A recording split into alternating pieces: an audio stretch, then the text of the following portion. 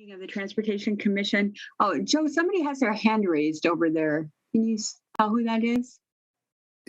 Oh, that's Harold. All right. Oh, okay. We'll All right. promote him to panelist. Okay, thank you. Okay. I'll call the meeting of the Transportation Commission for February 9th, 2022 to order. And Joe, if you could please read the instructions. Welcome to our virtual meeting. If you lose connection at any point during the meeting, you can reconnect by clicking the link or calling the number in your original email. Members, if you are able, please activate your video and keep it on for the duration of the meeting. Staff, if you are able, please activate your video when you are speaking. All panelists have the ability to mute and unmute themselves. Please continue to use the raise hand feature when you'd like to be recognized to speak, ask questions, or request a roll call vote. Lowering your hand will take you out of the queue. Members of the public who have registered to speak. The name you entered in Zoom must match the name you entered in registration. You will remain muted until called upon. City staff will tell you when your time is up. After speaking, a member of the body may ask you a question. If you need to share documentation with the body, please send it to the email listed on today's agenda. Chair, the floor is yours. Thank you, Joe. Aiden, would you call the roll, please? Charles Mianzi. Present. Chris McCahill. Here. Ann Kovich. Here. Denise Jeffs. Denise is here in the attendees, just working on promoting her. So, okay, we'll show her as attending then. Thank you for letting us know, Joe. Bill Bremer. Here. Bridget Brown. Here. Harold Cleves. Here. Tricia Bennett. Here. Robbie Weber. Here. And Barbara Harrington McKinney is excused.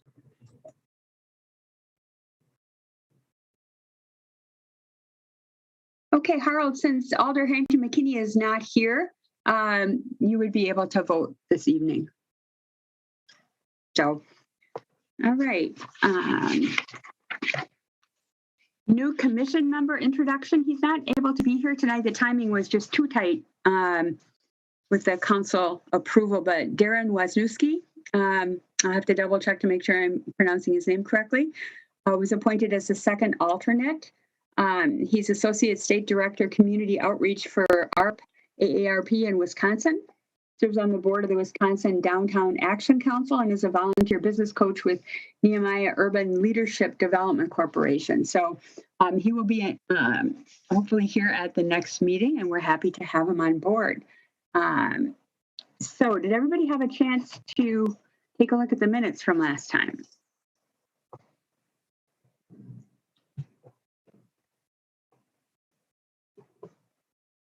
If so, is somebody willing to make a motion?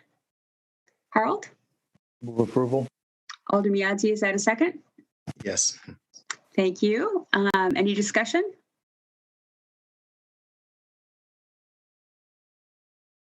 Okay. Seeing no hands. Alder Evers, did you have a question about the minutes? No, no question about the minutes, and I'll wait until you after you vote. But I have a 5:30 meeting, and I would ask the body's indulgence to speak briefly about an agenda item that's coming up that I won't be able to. It's my plan to move item 4 up on the agenda. Is that the one you were hoping to speak on? Well, on Safe Streets, yes. I have a meeting at 5:30 though, so. Okay, well, if we move along, we may get there. Alder Mianzi, did you have a question about the minutes?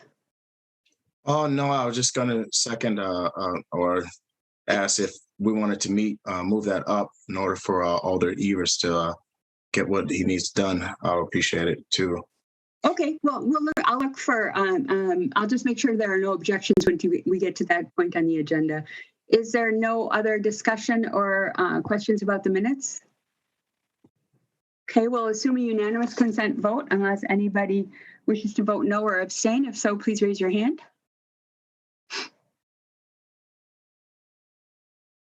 Okay, seeing no hands. Item number 1, public comment. I understand we have someone registered for public comment. Is that right? Yep. There's Thomas, North Whitney Way, Madison. I'm sorry, say that again, Aiden? Sorry, it's Thomas of North Whitney Way of Madison wishes to speak. Okay, Thomas, go ahead. You have 3 minutes. Hello, can everyone hear me? We can, thank you. Great. So I just wanted to reach back out. I think I spoke last at this meeting, maybe in late October or November, about the parking situation on North Whitney Way. There recently in the last year, I guess really in the last like 6 months, there were changes to remove the parking on North Whitney Way and make what used to be both parking and bike lane solely a bike lane. So it went from having the dual use of both parking and a bike lane to only being a bike lane. I spoke at that meeting, and I think I had requested to maybe speak to someone about that, and there was a comment that someone would reach out to me at the email that I think I provided at the time with more information about why we made that change, because I'm not going to go over it again, but I just don't really understand why we made the change, and it's continued to be a pretty big hassle and big change for me in my household. So just want to bring that up again and see if I can talk to someone about why we made that change and hopefully convince them that it was the wrong change, because I feel very strongly that it was. Okay, this was part of a Vision Zero project. So Aiden, if you could please get the contact information from Joe or from Thomas, and someone, either Yang or Renee or somebody from the Vision Zero staff, will reach back out to Thomas and explain the decision that was made at the meeting. Oh, there's Yang. All right, the city traffic engineer Yang Tao will make sure that somebody reaches out to you. Yang, did you have any comment at this point? Not at this point. We have actually a lot of discussion, both here and at the council for that item. And we do have, information that we can share with Thomas. Okay, great. So Thomas, just make sure that you get that email to Aiden, and Yang or somebody from his staff will reach out to you and share those talking points. Okay? Thank you. You bet. Any disclosures or recusals this evening?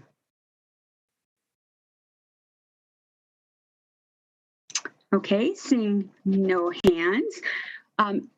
Robbie, did you have a disclosure or recusal? No, I was going to move that we allow Alder Evers to speak out of order so that he can get to his meeting. Okay, that would be fine. If there are no objections, I would like to move item number 4 forward, which is Safe Streets Madison, and I believe Alder reasons to speak on that as well. So normally we would have a presentation from staff and then public comments and then have discussion, but because of the motion, is there a second to allow a little bit of a change in our process and allow Alder Evers to speak? I believe Alder Miyadzi, you were in favor of that earlier. Would you second Robbie's motion? Yes, I do. Okay, so we have a motion and a second to modify our normal process and allow Alder Evers to speak now, and then we'll go back and have staff make the presentation. I assume there are no objections to move to item 4 now. Okay, great. Alder Evers, if you'd like to go ahead. Yes, thanks, Sharon. And thank you, commission members, for allowing me to speak, and I'll make it brief. First of all, I want to thank staff for the hard work on the Safe Streets Madison program. Changing policy or adjusting policy and with a new policy emphasis is never easy. It causes some confusion, and people who are perhaps don't really understand the rationale behind it. I've looked into it. I feel like real solid work has been done in this regard. Staff has also been very responsive to my concerns, my questions. I'd like to go back to a year ago and thank the commission for the improvements that were done on Lakeside Street in the Bay Creek area. And I'd also like to recognize the number of additions in the traffic calming and safe streets priority list that include streets that are in Bay Creek or adjacent to the Bay Creek neighborhood. We can see by the list that something is clearly evident that we've already known, that South Park Street is a challenge for pedestrians, bicyclists, and quite frankly, for everyone. It's a challenge to get across this street safely. It's a challenge to navigate that street on a bicycle. And I think it's also hard for vehicle drivers to be able to abide by the current speed limits of 25 miles an hour, given the kind of the freeway feel that the street has had in the past. So I really appreciate that staff is placing emphasis on South Park Street. I think there are 5 different intersections. But I'd also like to bring up that work was started on Lakeside Street, and there were 2 speed humps and a traffic rotary, or what, I forget the exact term, a circle placed in one of the intersections on Lakeside Street. But what was left undone were the 100 and 800 block, and I appreciate that this is now kind of regarded as a list for future projects requiring additional attention. And I think that residents who feel somewhat impatient realize that no one has been struck by a car. No pedestrians have actually been injured or hurt. No one, unfortunately, has been killed in either the 100 or 800 block. But they would suggest that anecdotally, the metrics that are being used in the high injury network don't really get down to the nitty gritty of how people feel in terms of the safety on their streets. Because of the traffic speed on John Nolan, which is for some reason or another in parts at 45 miles an hour, where cars could be driving 50 or 60 miles an hour, people are whipping onto Lakeside Street at an accelerated speed and often do not slow down to 25 miles an hour as they should in the residential section. Similarly, on Olin Avenue, there's similar kinds of speeds pulling off of John Nolan onto Olin Drive. If you're coming off the Beltline and you come down onto John Nolan, you're picking up speed and you do not always slow down. And I think the speed limit in the first section of Olin is not 25 miles an hour. I think it may be 35, which doesn't make any sense. So there's additional work that needs to be done. And I would hope that at the 100 and 800 block, because again, the speeds on South Park Street, which we know are an issue, people pull off of South Park onto Lakeside, and that's a challenge. Now, I tried to manage expectations with residents in Bay Creek and realize that this is not the only street, and this is not the only neighborhood that people have concerns about traffic safety and pedestrian safety and bicycle safety. Nonetheless, I just want to both compliment and thank the Transportation Commission for the work that's been done and for what staff has done for the Bay Creek neighborhood, and ask that we continue to take a holistic approach and do what we can to make these streets safe. Both Olin Avenue and Lakeside historically have been problematic, and we have an obligation to do what we can to minimize traffic hazards on these 2 streets. Thanks for your time, and again, I appreciate you giving me an opportunity to speak here. Thank you very much for your comments, Alder. We appreciate it. Anybody have any questions for Alder before he may have to leave? Or Yang, did you have any comments back? I want to thank Alder Evers and the neighborhood for working with us as well. On many of the projects that I mentioned. We definitely agree with neighborhoods. They're definitely very needs. But as Alder Evers said, we have lots of other streets and neighborhoods to take care of. So we are, we have to prioritize different projects. So that's what we, what we are struggling with. We do agree, many of the issues that brought up by the neighborhood, such as on Park Street, on Donovan Drive, Olin Avenue, Lakeside. We will continue to look for opportunities to improve those. And so thank you, Alder Evers and the neighborhood. If I may, Chair, also just, and thank you, Yang. I understand that part of this may have to wait until we get a new fire chief to address the concerns that the fire department have about additional traffic calming measures that could take place on Lakeside. I just would ask then that the delegation of that responsibility to the Transportation Policy and Planning Board would actually be followed up on when we get that new fire chief in place. Thank you very much. And if I may just say, Alder Evers, that that very issue was highlighted in the Traffic Calming Subcommittee final report. Those issues were raised and were referred to the Transportation Policy and Planning Board to be worked on as they work on Complete Green Streets and as they work on the Vision Zero action plan. So I am aware that, I've been working with Yang and others on that topic to make sure that everything in the report is followed up on. In fact, we just talked about it earlier this week. So it certainly is on the table for further discussion. Chris, go ahead. Yeah, quick question for maybe Alder Evers or Yang, if it's okay. What's the status of Lakeside right now? I'm sorry, could you?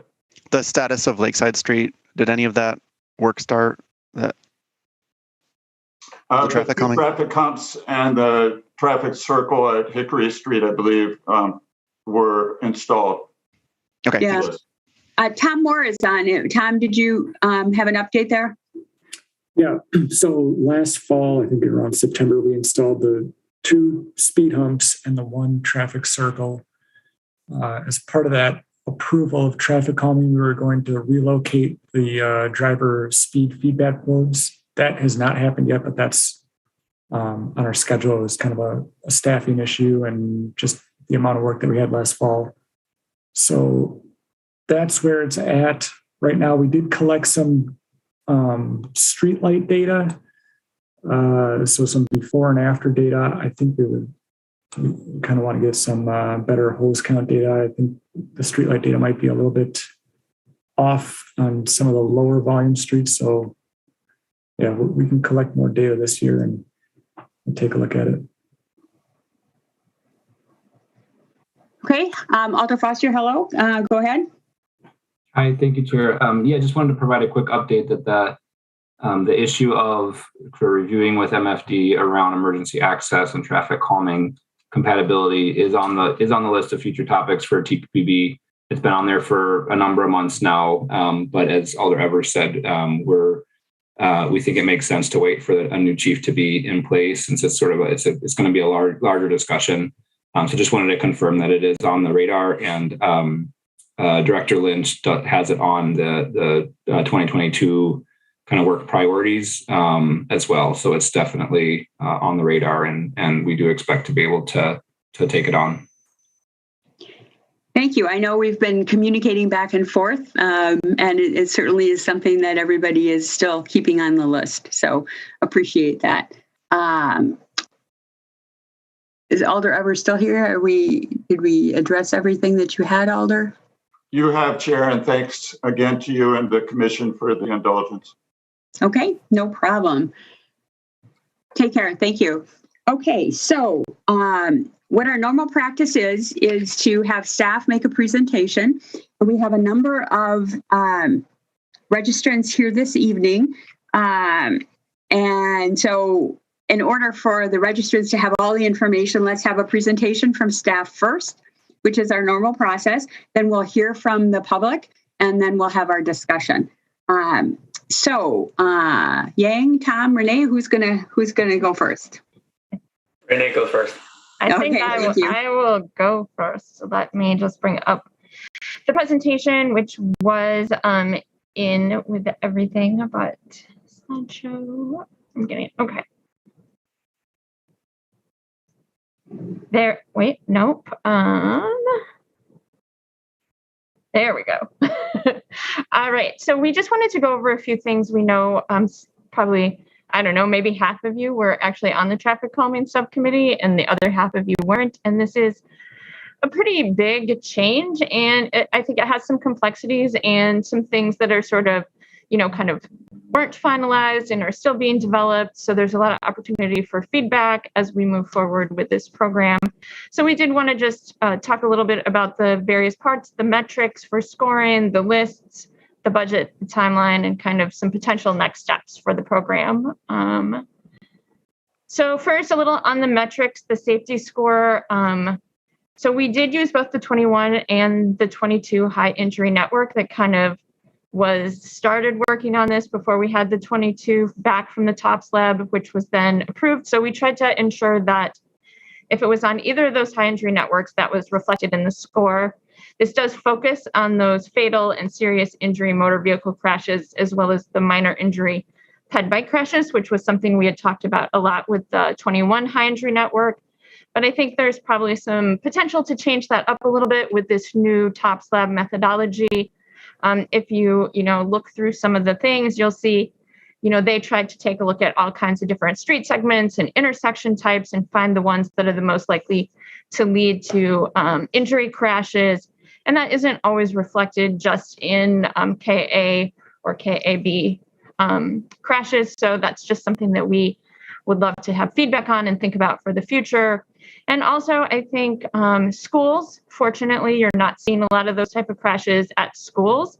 So they score very low. And in looking at some work that was done in Philadelphia, where they looked at their Vision Zero high injury network map, they realized it really didn't reflect the kind of crashes that youth were having, that where most of those youth crashes were not on the high injury network. So I think there's a lot more work that can be done in the future to ensure that schools, that we're making those safety measures that are really needed at schools that reflect the types of crashes that youth have that can be quite different from adults. We looked at the ped bike gap issue. We did take a pretty simplistic way of scoring that this time, partially because there were a lot of them. So we were looking primarily at roadway types. Were there any trip generators right there? But I think we can continue to refine that as our Complete and Green Streets project goes forward. We're developing some modal priority networks. I know the MPO is working on some gap things. So I think that can also get refined, but it's kind of a more basic scoring measure right now. And then the impact of the proposed solution. This one, I know we talked about a lot at the Traffic Calming Subcommittee. We tried to use what we could that's out there. The FHWA countermeasure guide was an excellent resource. It has a lot of research in it with definitely percentages you can expect for improvements. They add new items over time. A lot of things don't have a ton of research yet that you might find do work, but they don't have those percentages. So I think as there's more national research and more data here at the city, we can continue to work on that as well. Environmental justice one, we did just use the Greater Madison MPOs Tier 1 and Tier 2. That's based on minority populations, low income households without access to a motor vehicle. But I think that could be refined to include other categories, to think more about sort of a travel shed from the distance of a project that we might consider. And with the Complete and Green Streets, we are looking at equity priority areas, which could be a replacement once that project is done as well. So then we have the project lists and sheets that you got. And to get on those sheets, I know that with the Traffic Calming Subcommittee, we wanted to be less just driven by requests. So with Vision Zero, we're starting to take all of that work that the TOPS lab did, start to break that down and look for places where we can make the most difference. So you might see some comments on the sheet that said, one of the top pedestrian crash intersections. We tried to take a look to kind of find where those top crash intersections, which ones have already had some improvements, which ones haven't, get them on the list, as well as break down kind of all the other information. But I think there's a lot more that can be done with that in the future. And I think the ped bike and gap ones still rely a lot on requests, and that as we're working on Complete and Green Streets, we're getting this gap analysis from the MPO, we can start to prioritize a little bit different and come up with some new ways of coming up with projects. So right now, what you'll have is that overall proposed project list. And we just took all of the things that were kind of the top scoring for those items across all of the different sort of project categories. And those project categories come from the old programs that we used to have. But we wanted to make sure that we were really still thinking about those. That doesn't mean that those are all ones that you would certainly want to approve, but just a way to kind of get our heads around it. We wanted to score out quite a variety of projects and size projects. You would have kind of a feel. You could look at them, kind of see what that looked like, ensure this is moving in the right direction. And these are all projects where we would not typically do public engagement. And then those project sheets just help you kind of get a feel for what a bump out would be or an island might look like, so that you kind of have a visual to help you get your head around what all of it means. And then we have a bunch of other lists still by category, the old categories, which is something that maybe we'd get rid of in the future. But we have some where we feel like we really need to do some public engagement, gather some more data. There's maybe a variety of solutions that would work. So we want to do that before we come up with those proposed solutions, come up with scores. And you'll see that some we listed as maybe more appropriate for 2023, either because of the size of the project, at least one of them because there's some sections that are in the town of Madison. So it might be more appropriate to do something after the town of Madison is annexed into the city. Some you'll see where we're saying that they're kind of on hold and we're not looking at scoring those. Those might have current or future funding already tied to them. Now, some of that future funding, though, I do want to say, because there's some comments that we've received for projects that are in this category, that could be anywhere between this year and 2027. So for instance, I know Miller and Wabisa Atwood is on there. So that project is until 23. It would be a locally funded project. So there's definitely no reason it couldn't be funded now. It's just that, you know, traditionally to try to make those old funds from the other programs go further, we try to build those into larger reconstructions and resurfacings to be just more efficient. Some of them also are on BRT corridors where we just need to do more work to ensure that they work with that project. And some may be very large in scope, and there is a lot of new federal funding coming up, and they may be just projects that we could do through federal opportunities that are coming soon with the new infrastructure bill. And then we have some that are a little bit lower scoring, but they could definitely be future projects. So basically, for our budget, we're thinking somewhere around 400 to 700,000 in this first phase would be a really good size for a good contract to get best pricing. It would be a size that a lot of people could bid on, which is always good for us and our bottom line. Similar in a set of phase 2 projects. And then knowing that prices are very much in flux for all of these kinds of activities, anything that we had left, if things are coming in cheaper, we could definitely do a third phase later. And just wanted to reiterate, Vision Zero used to be a standalone budget. In the past, it was 500,000, and the report recommended that at least 50% of the funds should be focused kind of in that area. So that would be a little bit more than 500,000, but we wanted to make sure that we did not spend less.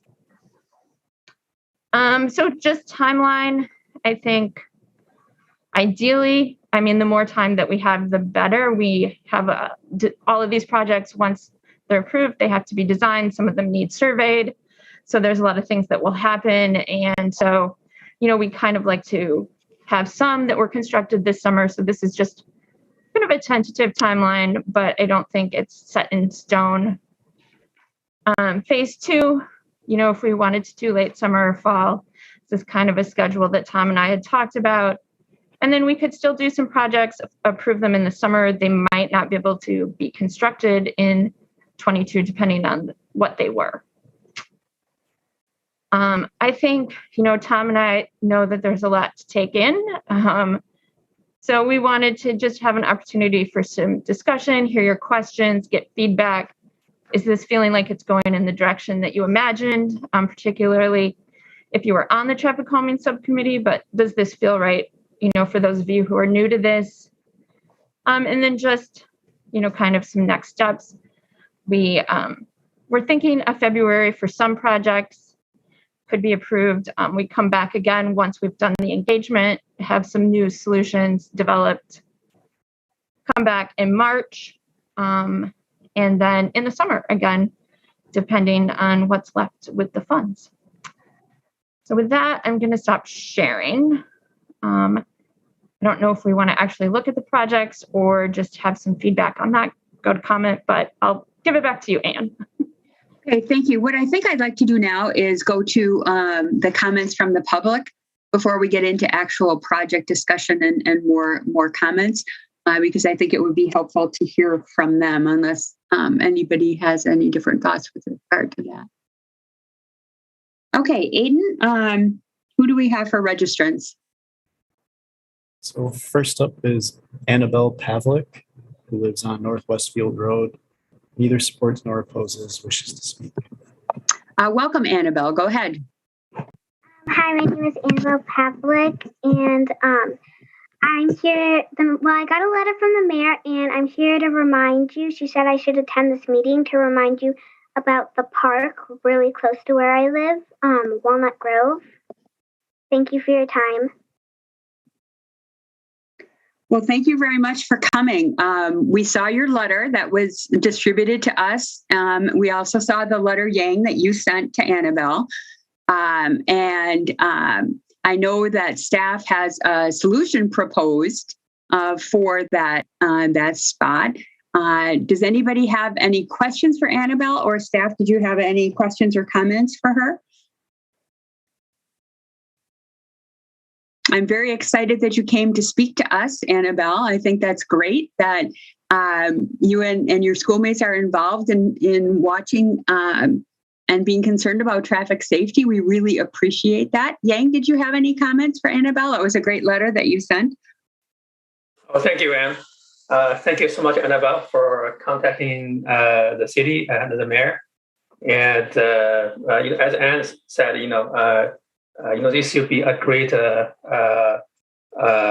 public engagement process that we really want to hear from everyone, especially obviously, our vulnerable users, such as the kids, going to school, going to a park. So this is exactly what it should be. And thank you for doing this. And we hope, we can engage more folks like you. Thank you. Yeah, I think it's a great idea for a model for engagement with the schools. So we thank you very much, Annabelle, for coming.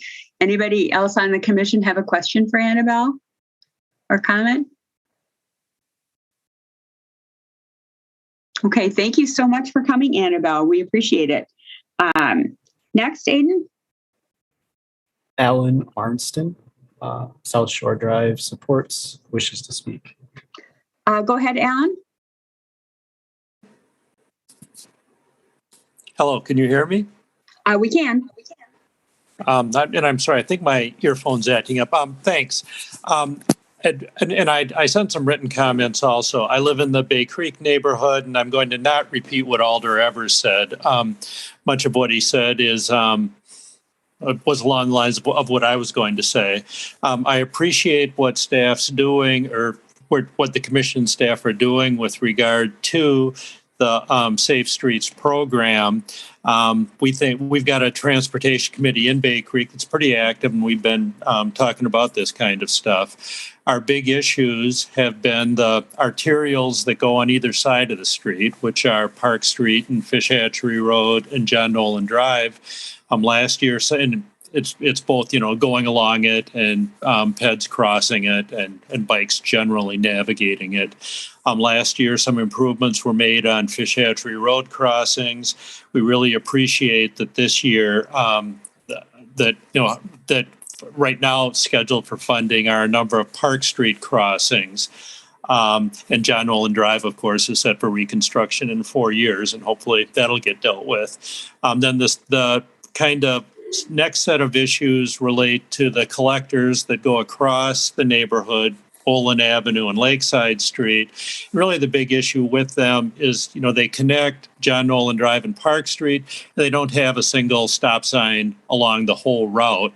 And so cars can build up quite a bit of speed going along there. And that's a pretty common neighborhood issue, and part of it was dealt with last year with the middle of Lakeside Street, and hopefully, as Alder Evers said, hopefully the two ends of Lakeside Street will be addressed at some point in time. Olin Avenue is on the list, but again, a little lower down. The one thing that I'm looking forward to that could relate to this is, again, there's no stop sign. There's, nothing to stop the traffic along the streets. And there's no logical place to do it, just given the way the cross streets work. However, in engineering under the Bikeways program, there is a project in the works for, it's my understanding from Renee from this summer, is to connect the Shore Drive bike boulevards there at Gilson and Lakeside Street, and then go up Rowell Street as a bike boulevard, and then go across Olin Avenue, and then next to the pool, and ultimately connect to the Winger Creek path there, along with then a sort of spur off of the bike boulevard on Van Dusen Street that would then connect back to the Winger Creek path by Sales Street. So that has the opportunity to both fill a gap in the bike network, because in our neighborhood, and I think generally in Madison, the north-south bicycle network is kind of fragmented. It's the east-west bike network's more robust. And we're hoping that with that Bikeways program, and it's mentioned in several of the, in the notes to several of the Safe Streets projects, that can provide an opportunity for traffic calming on Lakeside and Olin, and even Colby Street, which has also had some speeding issues. That's your time, Alan. Could you finish up, please?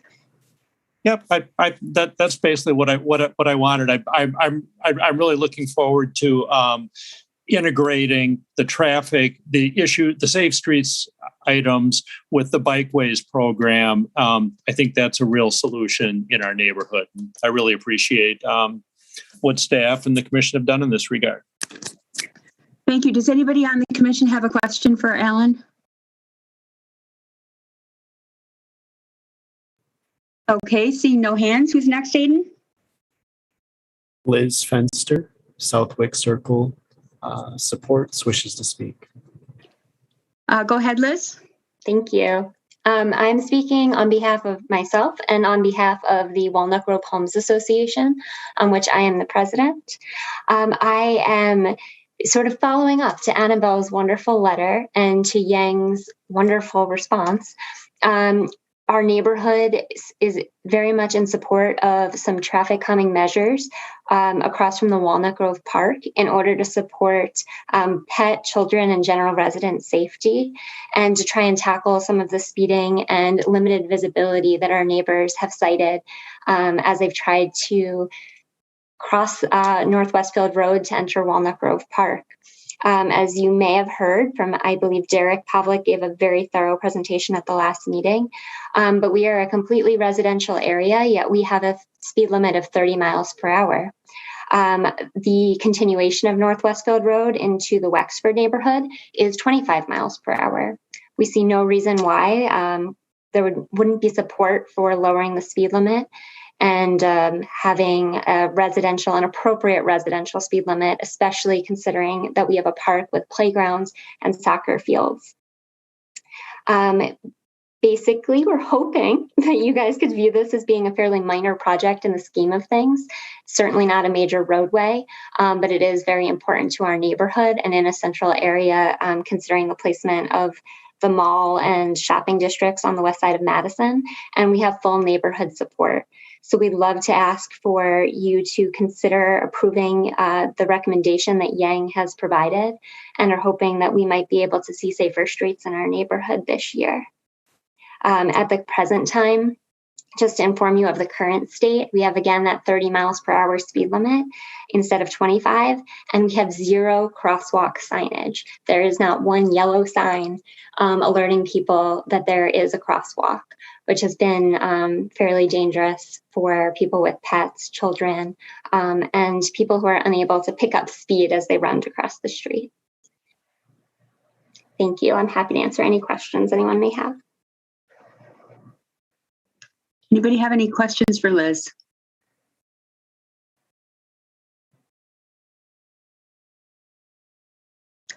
Okay, Aiden, who do we have next?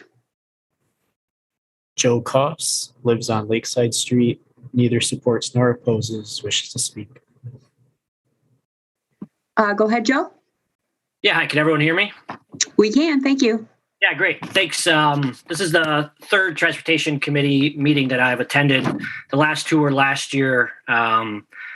And I'd like to just speak to two general points tonight. The first is in support of finalizing the 2 speed humps on the 100 and 800 blocks of Lakeside.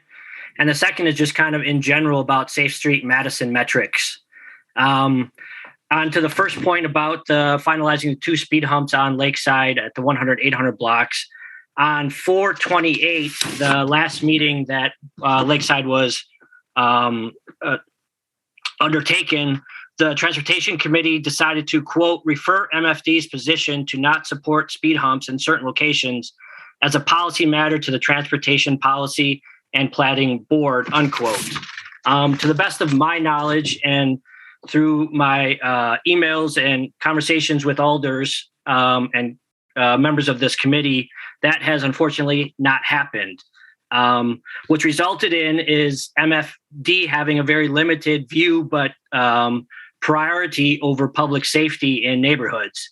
And I would ask the Traffic Commission and those on the policy board as well to take a much broader citywide view of public safety that includes all aspects of what goes on in a neighborhood. Lakeside and Bay Creek in general are under unique pressures of 2 arterial streets that kind of block us in, and increasing density along South Park and future John Nolan improvements. These bring 2 really major competing concerns within a neighborhood. Increasing density leads to increasing traffic usage, and also leads to increasing pedestrian and bike usage. And proactive solutions need to be used in neighborhoods that are under these 2 types of pressures.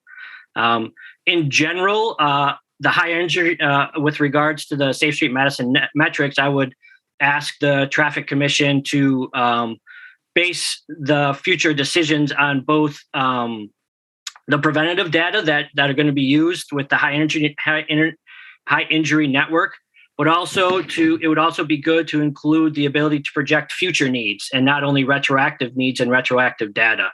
Again, in a neighborhood like Bay Creek, with increasing density and the arterial streets, we will find ourselves in a position where we will need future traffic calming measures, and these will need to be proactive and comprehensive in nature. And I would ask that the Safe Streets Madison try to include this ability to project future needs and not only look at data that looks at needs that are immediate in the near term. I'm happy to answer any questions. Thank you for your time. Does anybody have any questions for Joe? Joe, you may have missed the comments early in the meeting where we spoke about the very topic you mentioned about the Madison Fire Department and speed humps going to the Transportation Policy and Planning Board. And that was referred in the Traffic Calming Subcommittee report and by the Transportation Commission. And as Alder Foster confirmed, it's on the list of items to be addressed at the Transportation Policy and Planning Board. And I believe, Renee, you talked earlier about the TOPS lab and adopting the ability to anticipate future accidents. So that is being looked at as well. So who do we have next? Aiden? Janelle Munns lives on Lakeside Street, neither supports nor opposes, wishes to speak. Go ahead, Janelle. Chair, there's no one by that name in the list. Oh. Okay, well, if you and Aiden could keep a watch out for Janelle, then maybe we can come back. All right, who do we have next? Carrie Rothberg lives on West Lakeside Street, neither supports nor opposes, wishes to speak. Go ahead, Carrie. Hi, Janelle is having trouble getting in. She'll be here in a minute. Okay, so thanks to the efforts of TE, MFD, Lakeside Neighbors, and Alder Evers, we all know now on March 10th, the TC approved 4 speed humps and 1 traffic circle, which MFD denied.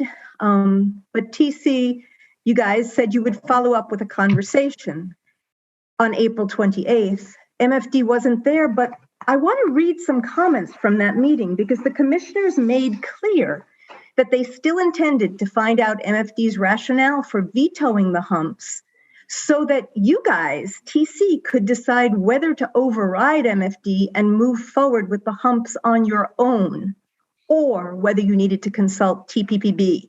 That was not a conclusion. It was, you moved to move the speed boards, you voted that in, and then you said you thought you had the authority. So I just want to raise that question. Mr. Klimes said, I understood the motion from 310 was that we want to get input from MFD. If they do have concerns, it would have been helpful for MFD to have been here. We approved 4 speed humps pending MFD approval. I don't think MFD has any authority to veto the location of speed humps. We are the ones making decisions about these humps, taking into account the multiple competing priorities. I think we do need to be more deliberate about that and not push a decision on Lakeside off too far into the future. That was in April. Mr. McCahill said the intent of sending it to MFD was not simply for them to nix it and then us say, oh, well. We had a very in-depth conversation about what is safety and what does it mean to achieve safety on Lakeside and strike a balance. I would support approving the full plan for speed humps and a traffic circle, regardless of what MFD says, or if this requires a larger policy decision, then referring it to TPPB. I mean, the door was open for that as well. Alder Foster said, my intent and understanding was that if MFD was not supportive, they would be back here again, and there would be an opportunity for us to hear more clearly what the trade-offs are from their perspective and what their objections are, and to have an opportunity for the TC, you guys, again, to make the evaluation and decide whether to go ahead with the 4 speed humps. We do understand that TPPB will be taking this policy question up soon of whether TC can override MFD or not, and we ask you here to follow through with Lakeside and stand by your insistence that you not push a decision on Lakeside off too far into the future.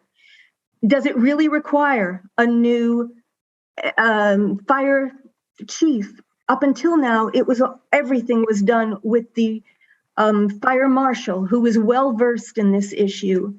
And I guess we're wondering as neighbors, why the delay? Why can't we move forward now? Yes, we're impatient, but this is a 20-year wait, and we see the dangers on our street every single day. Thank you so much for all the support you've offered us so far. Anybody have any questions for Carrie?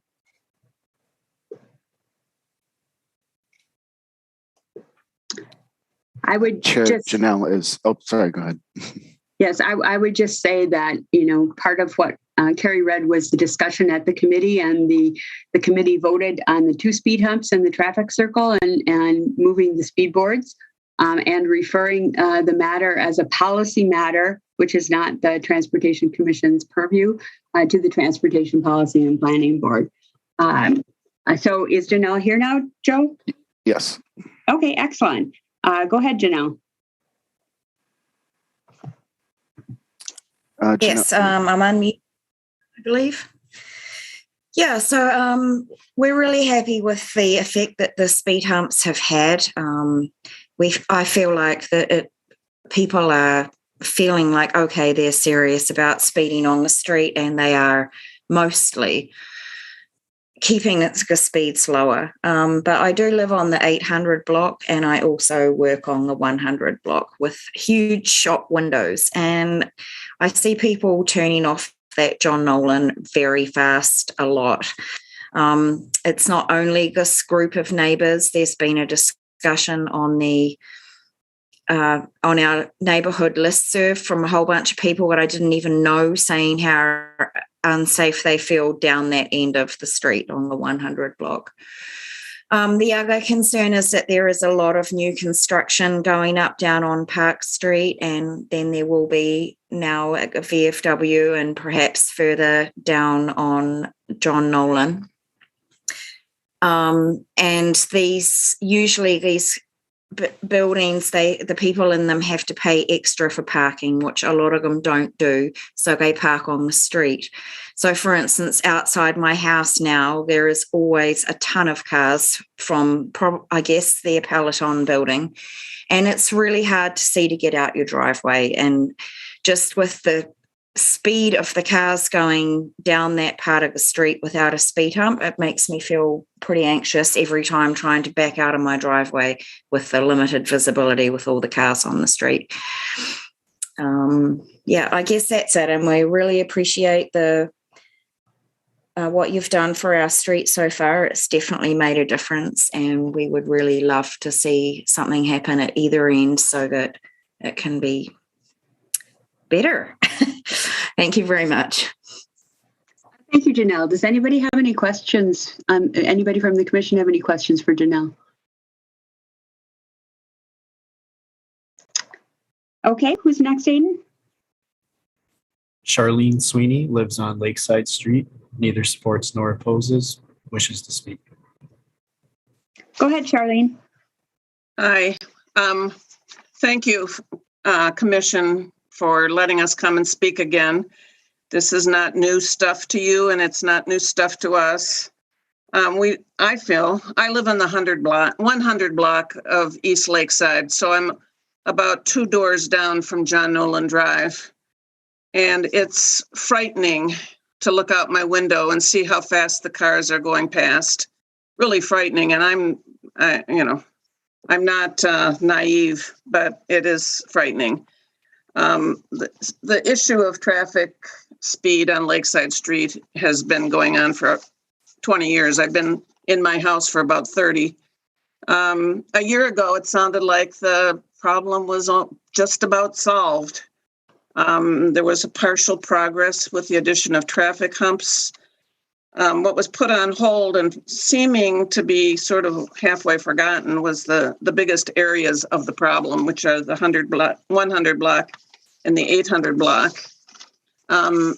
Very soon, when they finish, they've torn down the VFW, and we will have a new building there on the corner of John Nolan and Lakeside. There'll be at least 60% more people living on Lakeside Street just from that one building. It's just, we need to complete this job, basically. The job was just about approved a year ago. I hope that, I'm very supportive of safe streets, but I hope it doesn't take the place of the necessary changes on Lakeside Street. It needs to be completed. Please consider doing that. There was, considerable support for it last year. Let's just not wait longer. I appreciate Alder Evers' support. I think this is a job that could get done and really make some significant change in what's happening in this area of the city. It's only going to get worse if we delay. So thank you. Thank you, Charlene. Does anybody on the commission have any questions for Charlene? Okay, thank you. Who's next, Aiden? Daniel Thurs lives on West Lakeside Street, neither supports nor opposes, wishes to speak.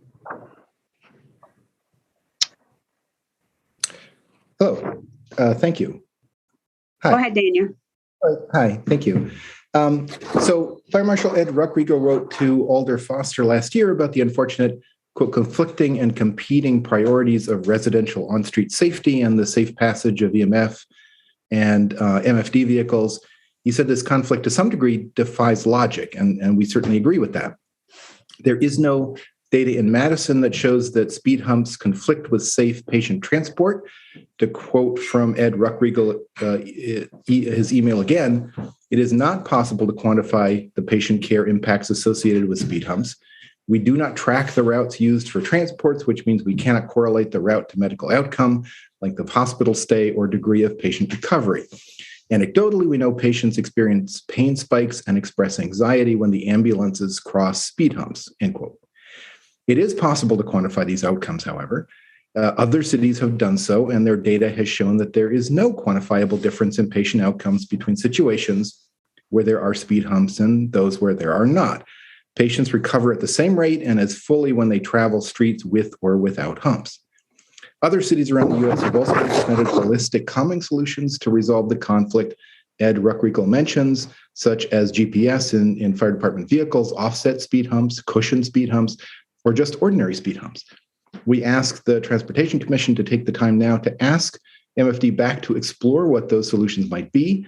If a solution can be agreed to mutually, perhaps we won't need to take the time to bring this matter up before the TPPB for a policy discussion. We understand the reluctance to burden a new fire chief with this sort of proposed policy change that is prioritizing citizen safety on streets over MFD vehicle navigation. But historically, the fire marshal has been engaged in this discussion, and we ask that you consider working with Ed Ruckriegel again to finish up on Lakeside in a timely manner. Thank you very much. Does anyone on the commission have any questions for Daniel? Okay, Aiden, who's next? The last two are Megan Johnson, lives on Farmington Way, neither supports nor opposes, does not wish to speak, but is available to answer questions. And Caroline Alexander lives on Sherman Avenue, supports, does not wish to speak, but is available for questions.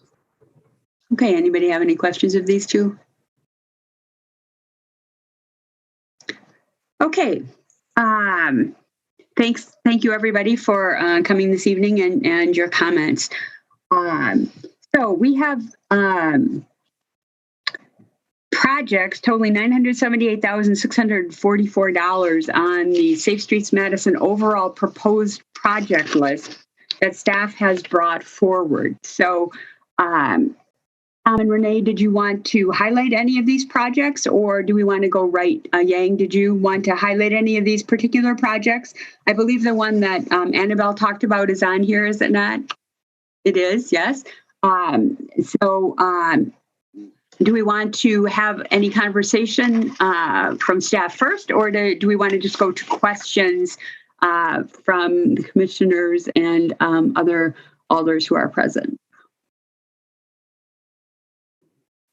I would say that, yeah, I don't think we should probably go through each one since there's so many. I think the way I saw this happening was mostly taking questions.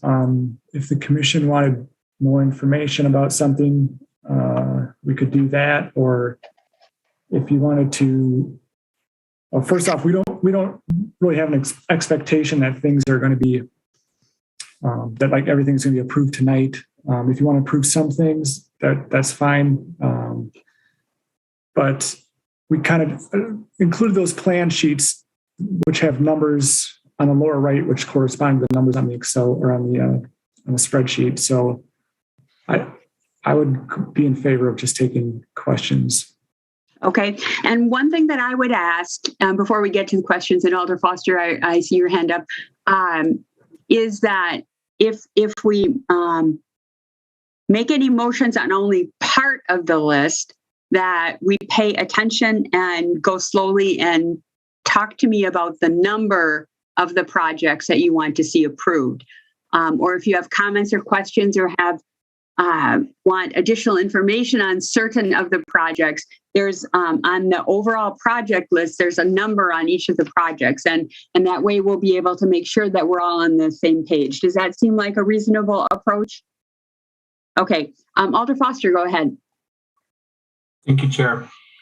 Yeah, I mean, I think I agree with what Tom was suggesting, and just having served on the subcommittee with the recommendations, I think I just want to state that I'm just really excited to see this sort of next step. We put a lot of work into the idea of it.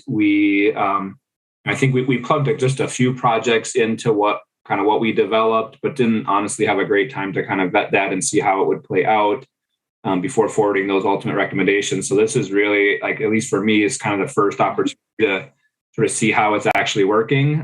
So it's, I still feel like it's very much a baby that's just being born. And, I'd be in favor of having some conversation. I'd be really curious to hear from other folks here about more the kind of the overall process without digging into individual projects quite yet. I know at least for me, when I reviewed the materials, I don't think things weren't quite ready for sharing with constituents directly. So there's a number of folks that have specific projects they wanted to advocate for in my district. I didn't really, encourage folks to come and speak on specific things tonight. I think maybe I was expecting it to be more of a general kind of conversation about, here's some data, what questions do you have? What do you think? So I guess I would just recommend we take a little bit of time to do that. I think it's warranted. And maybe in that vein, kind of depending on where folks are at, I think I also just want to recognize that we handed off a pretty bare bones skeleton, in the kind of the spreadsheet, and we recommended the Transportation Commission be the be the oversight body as it's implemented. It might even make sense, depending on the level of discussion tonight, to have an opportunity to just have even some of the former members of that committee with staff and have some more kind of informal conversations to work through some of the I've got a kind of a longer list of detailed questions I don't really think make sense to go through tonight necessarily, but I think it's at a great moment in the program where we could really make sure we make some refinements and keep it moving. So I think I'll just leave my comments there for now, and then I've got maybe a couple of specific ones I can share later. Okay, and I would just say that we have a lot of projects here, and so I think it's good to ask a lot of questions and make sure that we have answers to those questions, and if there's anything that we need to accomplish in a smaller group, I'd be happy to be part of that smaller group. I think that we would want to try and do that right away, because it's important that we keep this on track. Renee and Tom and Yang, when I looked at the timetable, we don't have a lot of time to reinvent. So I think, refining is really what it sounds like you're talking about, Alder Foster. And I think that's making sure that we get the questions on the table and address the priorities. And I think, one of the things we talked about at the Traffic Calming Subcommittee was doing this in phases, because, we're going to have questions, and we may want to get some public engagement, and we may want to send staff back and come back. And so if we can identify, the projects that we think make sense the way that they're proposed, and then look at those that we want more information, that might be a place for us to start. If everyone agrees that's one thing that we could consider looking at, or, also looking at different things that we may want to consider as we're trying to make these decisions. So thoughts from people. And, Harold, you were on the subcommittee. Bridget, you were on the subcommittee. Bill, you were on the subcommittee. You sat through a whole year worth of meetings with Grant and myself and Tom and Renee. And so, you have more of a heads up from the other folks because of all that time spent. Bill, go ahead. Thanks, Ann. I guess my comment is back to Renee and Tom and to Yang. As you started this, as Alder Foster said, this is our first time going through there.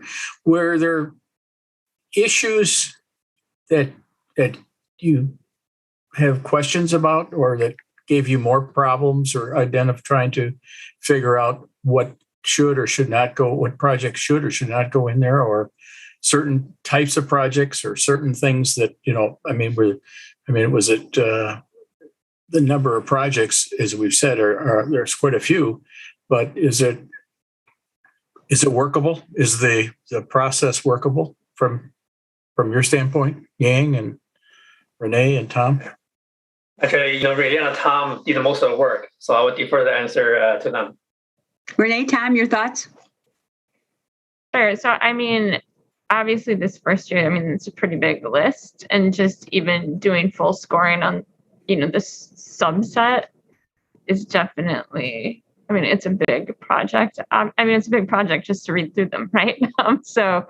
And I think, we definitely, because it's a big group this first time, and it might be easier, as we're just adding to the list over time. I think, we went with scoring things that are perhaps easier to do with a big group, rather than, something that might be better, but much more complicated to get the data for each thing. And then I think, obviously with determining the impact, the things that are in the countermeasure guide, you can just use the numbers that FHWA is using, but for the rest, I think there's, could be a lot of work into just deciding what those would be and if the numbers are the right numbers.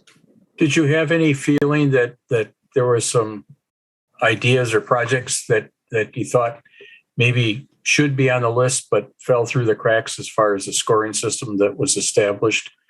That wait a minute, it just doesn't. The points aren't there or whatever, but you hit just by your gut feeling that you think that they may or should be some way of figuring out how to get them for further consideration? Or did you think that there was, for the first time through that this was, there weren't that many projects that didn't. I definitely think, the school projects are probably my biggest concern, and we have a good traffic safety committee. So I think it's just ensuring that they're not lost if they don't, come out with as high as scores.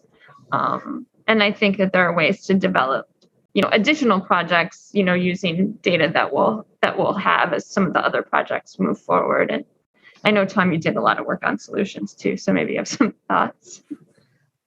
Yeah. Renee, if I can just stop you for a second. So Renee, are you suggesting that along the lines of what Alder Foster was talking about earlier, that maybe some sort of school factor be more taken into account in the scoring? Yeah, or maybe, as we look at schools and youth safety more, there might be a way to fit that into the safety metric in a slightly different way. I'm just thinking about some of the research that, I went to a webinar on what Philadelphia did, and they really delved into kind of what are the typical youth crashes, and there might be a way to reflect that better in the future. Good idea. Yep. Okay. Go ahead, Bill. Did you have more?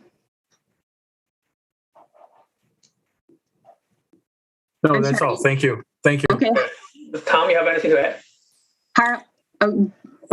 Sure. Go ahead, Tom. Yeah, sure. Thank you, Yay. Go ahead, Tom. I was just going to mention about the scoring. You can kind of see that the lower cost projects tend to score higher just in general. So I guess that's kind of one thing. But yeah, the school issue, I would say that was probably my biggest issue too.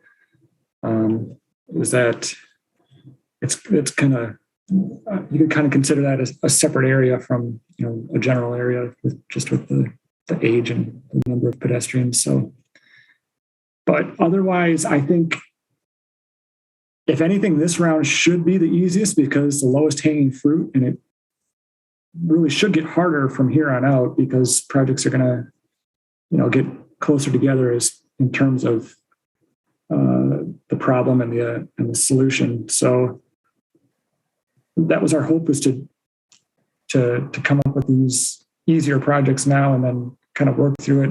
And then hopefully then with how our ranking system gets refined, maybe that'll make it easier. So, but yeah, there's a lot to go through for sure. Okay. Yeah. A lot to learn along the way. Harold, go ahead. Yeah. First, thanks. Thanks, Renee, for it was great to see all this progress from what we produced as a report with, like all the work we said, lots of bare bones material and see it come to life. And so, I think right now the situation we're in, we have this process question, is the general prioritization scheme in the spirit of what we thought it would be with the SSM program. And I think there's a lot of aspects to it. I mean, it's all good, but I have a long list of questions as well. And so, I would also be very happy to commit to spending time outside of this meeting to help further refine that. And then there's that second question, like, yeah, well, our system as we have it right now produces a list of projects that is there, and we have a certain timeline for getting those approved. I was really happy, we have the opportunity with like the 3 timelines. We want to get them out in the spring, get them built. We have a summer deadline and potentially another fall deadline, which makes me somewhat, that makes me less worried about. I mean, as Tom, you said, there's lots of projects that are low-hanging fruit that are totally great to be built, even if it turns out that, actually there would have been a project that would have been one step higher than that. So I feel like, we should not stop ourselves from this first round of approving some projects by whatever deadline we have to approve them on. And then that gives us some time to, revisit, refine the method for that next round and the round after and the round after. I think there will be multiple rounds of that with the high engineering network, with some of the questions that I and probably other people have as well. So I think that's kind of my overall takeaway. I mean, it's going to be a lot to resolve in a single meeting. And so figuring out what is the priority, what are the priorities that we need to sort out right now in order to get some things built and not because we've heard people showed up at the beginning, there's lots of needs for safety out there. And then, the next step, think about what the process is for refining the system and getting to that next round of projects. And did you have a comment on what was said before? I noticed your hand up. And then I'll get to you, Alder Foster and Alder Miadzi. Oh, no, thank you, Anne. Yeah, I just want to add, actually, that was for, Bill's question. One thing that I think I noticed, I think we might be struggling with some of the, safety benefits out of quantify those. I think for some of if those are like, the countermeasures included in the federal highway guidelines, it's easy for us. But I can see we may want to try something that's not in that kind of toolbox as well. So it's going to might be hard for us to come up with a number for that one. I also want to say that, thank you, Bill, for asking the question. As I've been discussing with Tom and Renee, that if we, step from steps perspective, as we, going through a process, if we notice anything that we recommend to change, I said, I'm pretty sure the commission will be support us on that. And so, feel free to bring that up anytime. And so thank you for that support and the flexibility. Mm-hmm. Yes, and that is part of what was approved in the process was, we want to refine it, and we expect that it's going to be a moving process so that we keep it fresh and we can learn from everything that's happened along the way. Alder Foster, go ahead. Thanks, Anne. I just wanted to chime in and say I very much support, I think, what you were suggesting in your earlier comments and what I heard Harold say, that my comments about wanting to dig in and think about the process, shouldn't be at the exclusion of or pushing down the road decisions on funding. I agree. There's a lot of work that needs to get done. And I mean, I think even at its current form, putting some projects forward and getting them out for bid, et cetera, makes a lot of sense. I think if folks are okay with it, deferring that to the next meeting would be helpful. And I think there'd be a good opportunity to just clarify a little bit kind of in the materials and sort of how they're uploaded into Legistar, sort of what, these are the ones that are being recommended, and here are sort of the rest of them and where they fall. I really, as I was putting together my update for folks this last weekend, I didn't know how to present the information to folks there to be able to kind of respond to some of the ongoing, specific locations like Maher at Cottage Grove Road or Miller at Atwood or some of these where, I want to be able to explain to my constituents, if they're not being recommended right now for improvements, sort of why is that? Either because there's another good moment for them to happen down the road, or at least for them to be able to see sort of why, what the other ones that are getting prioritized, what they are and why. So I think at a minimum, maybe between now and the next meeting, that would be helpful for me and probably for other alders, just to be able to kind of more clearly share with folks, where we are in this process and kind of, why we're recommending the ones that we're recommending right now. I had just a couple kind of high level comments I'll share now, maybe because they could also be addressed a little bit by the next meeting. One is when I looked at I like the introduction of this new, I think it's column H, or the total issue concern column. We didn't have that on our first draft, but that seemed like a good way to, just assess the issue concern, the safety, ped gap and bike gap issues, and then total those up to see where are our biggest opportunities. I think that's we talked a bit about how to do a screening process. I think that seems like a good logical way to do it.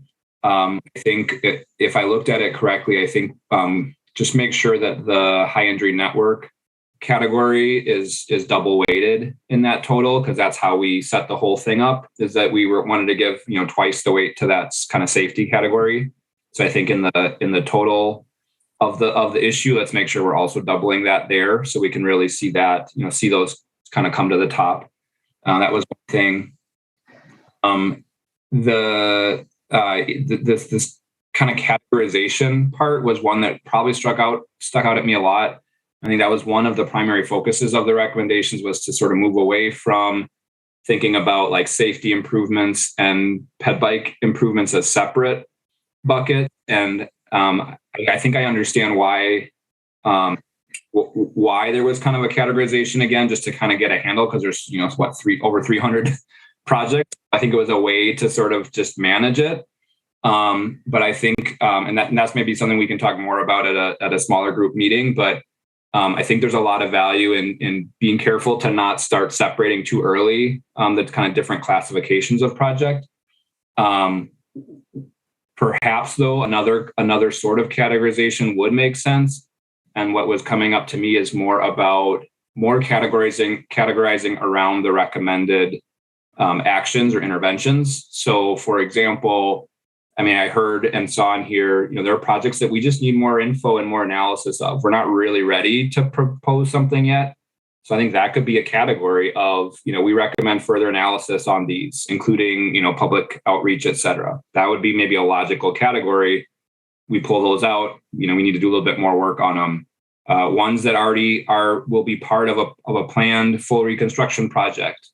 Great. That's kind of another category. Those will be covered there. And then maybe, things that require concrete work and that need to go out for bidding as engineering projects is another one. And, and things that could be addressed with paint and signage, which are kind of on a different timeline.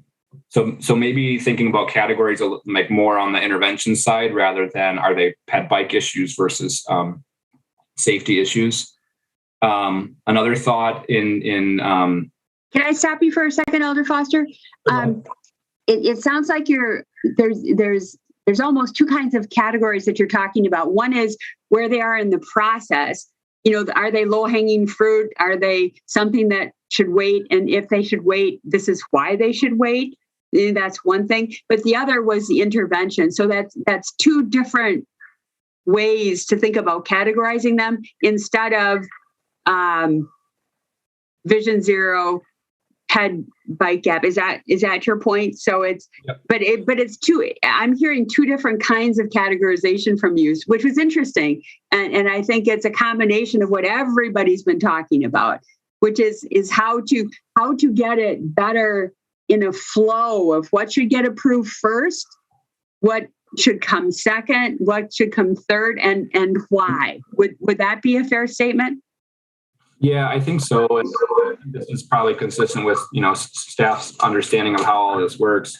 If we're going to have potentially up to 3 different moments where we can select projects, I think, ones that could be addressed via sort of paint and signage could probably fall maybe in that summer category, where maybe we could still turn those around in the same year. But if they're ones that require concrete work and need to go out for a bid, those are probably going to be tough to get accomplished in that same year. So maybe if we started to those, we could prioritize the concrete work projects, at the first meeting of the year, make sure there's time for engineering to do the design work, get everything ready for bid, and then save some of those, the analysis around the ones that we think we could do pretty good with paint and signage. Maybe evaluate those at that last phase where we can, especially with internal resources, if they're available, we could make progress on them without having to put them out for bid. So yeah, I think that's right, and mostly just wanting to be careful to not slip back into kind of what we had before, which was different programs. And so I just want to make sure we don't now have one program that we're artificially compartmentalizing back into some familiar, buckets. One other thing though, I think if using what staff came up with totaling the opportunity columns, I would call them, that first, when I look at that, we could very easily also put a category of like low score. If it's 5 points or less, or maybe even 10 points or less, we just put those in a low score category and just not even have to really focus on them, much, at least at this point. Maybe they come up at some point, but for right now, if you don't get 5 points, I don't think we need to spend a lot of time on them. And that would, even at the 5 point mark, we'd pull out 100 of these requests would go into that category. So it'd start to make it a lot more manageable. So I think that's a really good tool potentially to use as that pre-screener, and to not have to spend a lot of time thinking about, what are we going to do with these? And then I think the last thing I was going to mention is there are, I put them all back into kind of one column and sorted them when I was looking at them.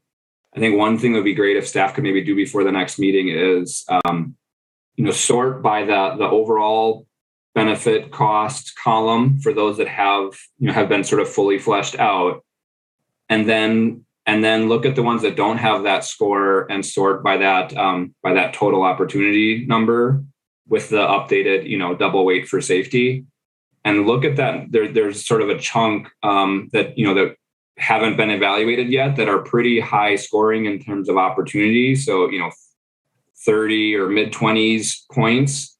And maybe just taking a look at like at least, the kind of top 5 or 10 of those to make sure there's not something in that list that we should at least go to take that next step and think about, what could we do about these? I think that might be worth, if possible, for this next round already, or if not, maybe for that second round, just making sure that we're not missing any of those kind of bigger opportunities, and that we start to flesh them out.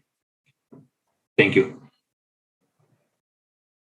I think this is exactly what we were hoping to accomplish tonight, is to take this information and figure out how we can better get our arms around it, because there's a lot of information here, and I just want to reiterate, a lot of great work has been done by staff, and Tom and Renee, I know you've invested a ton of time in this, and it's very much appreciated. Alder Miadzi, go ahead. Actually, and I'm taking lots of notes too, just because I want to make sure that we circle back and cover everything that everybody's thinking about. Go ahead, Alder Miadzi. Actually, my colleague did a fantastic job, Alder Foster. He already included my question, but while I was sitting there listening to him talk, I was actually thinking, and this is probably going outside the box, but have we included like the NRT? And to make sure we get everything as far as the projects done through an equity lens, having like the NRT involved and making sure that, we talk about analyst study and making sure that outreach and all this is done. Are we working with any of the NRTs or to make sure everything's done through an equity lens? Renee, I think you have, haven't you? Yeah, and definitely, we have staff who go to the NRT, so some of these are definitely from them. And, obviously more would be added throughout the year as well. So are we, is there a criteria where we prioritize it by, I should say, looking through an equity lens too, or? Okay. So that would be column N. So everything gets sort of extra points if it's in, and area that is determined to have an equity or focus. Okay. All right. Thank you. Thanks, Alder Miazzi. Bill, go ahead. Thank you, Ann. I wanted to follow up just real quickly with what Ying had said about using the proven countermeasures that we know that have had good performance and have good performance in other projects in other cities and nationwide. But I just want to throw out just is that I don't want to restrict ourselves to some of the things, and I think Renee maybe kind of mentioned it, was, when staff, participate in learning and listening to other cities or other jurisdictions on something that maybe is new, that is experimental and hasn't been tried before.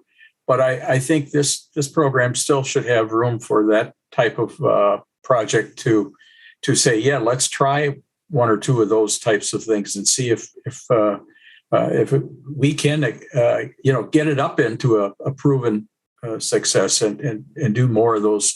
So I think this program, we don't want to just do the ones that have proven in the past, but if we can come up with something innovative that we think has some merit, I think as a board member, commission member, I certainly don't want to hold you back. And if you've got some ideas of something that you think is worth trying, I think I support you. Thanks. Thank you, Bill. Chris, go ahead. Thanks. I've got a couple high-level questions. I'll just start, though, by echoing a couple of things I've heard.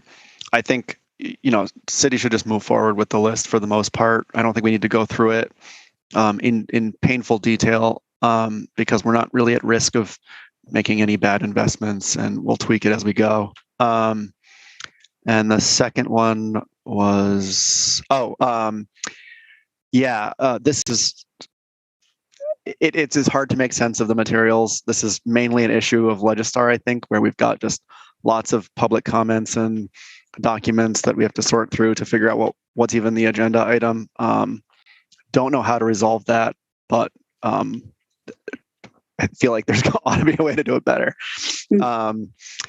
Question, first one, I like Alder Foster's recommendation to think about new types of categories.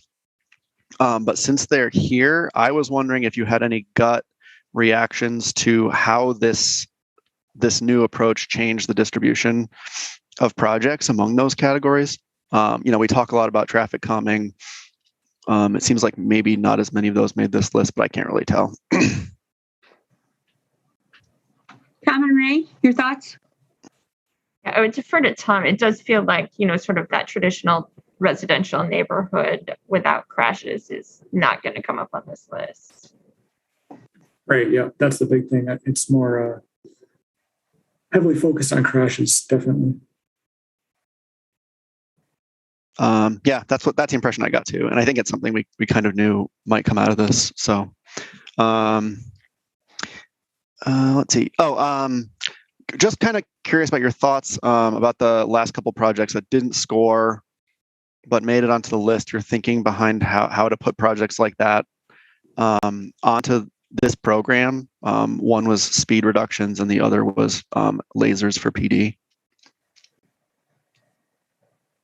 Yeah, I didn't try to score them. They felt like so outside of how it was really based on infrastructure. So, I'd love to hear people's thoughts on those kinds of non-infrastructure projects and how would you would you score them, or would you just, once, there are things that are in the Vision Zero action plan, maybe you wouldn't try to score because it's an approved plan. So I don't know. It doesn't fit in with the others, right? Well, and that, Chris, if I can just go back to what Bill said, innovative, if, this is not something that we would have thought of before as a traffic calming project, et cetera. This is something that's coming forward because it's part of the Vision Zero initiative, correct, Renee? Yeah. So what are your thoughts about that, Chris? I mean, it seems like certainly something we should pursue. The Vision Zero Action Plan says that we should, but it's not easy to score for so many reasons. Yeah, I guess maybe we ought to talk about having a carve out for things like this. That's some portion of the overall budget with some criteria about what those things could look like. I wonder about the lasers one, especially when we talk about things that could be funded other way. I don't really know. I don't really know how PD gets lasers typically. So, yeah, maybe just lay out some of the questions we have about what should fall into that category. Yeah, that is not something that we really had discussed at the subcommittee. Having a category like that where we actually couldn't score it.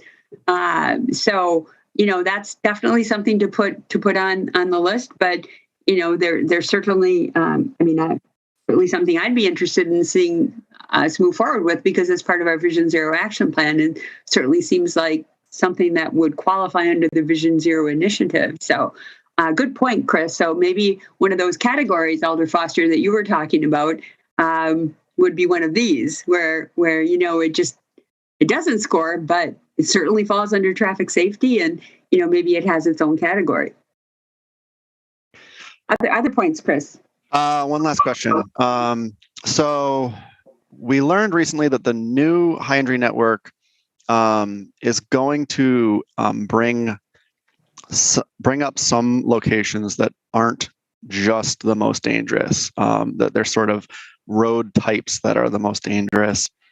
And I think some of us had some trying to work through what the implications of that would be. Have you started looking at how that's going to shift things yet?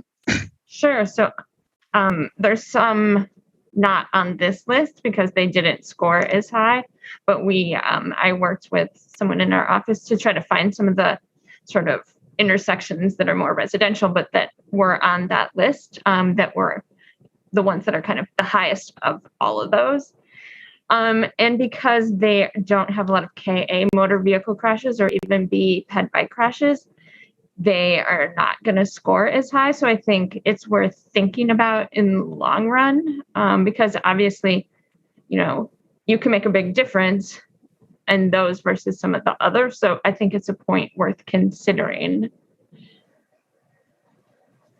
Okay, I think maybe just to that point, kind of related. I do like that. I think it's probably a good thing that low cost projects are rising to the top under the current rubric. That sort of, I think, brings some of those more neighborhood things up. Maybe that's not really related, but anyway, thanks. All good thoughts. Appreciated. Harold, go ahead. Yeah, thanks. I'm just going to react to the last two things that came up and then talk about a couple of things that I had on my list of points to raise. So lasers and other things, I don't think this belongs here at all. I mean, this is the Safe Streets Madison prioritization tool, and this is not the Vision Zero action plan. And we're not going to take all of the items that are in the Vision Zero action plan and add them to the spreadsheet and try to score them. There would be no point in this from my perspective. Say, fleet services changing to different types of vehicles has safety benefit, is therefore important for Vision Zero and makes our streets safer, but it's not Safe Streets Madison related. So, I think really keeping this focus on infrastructure widely defined is really the way to keep this manageable. Something like, citywide speed limit reduction.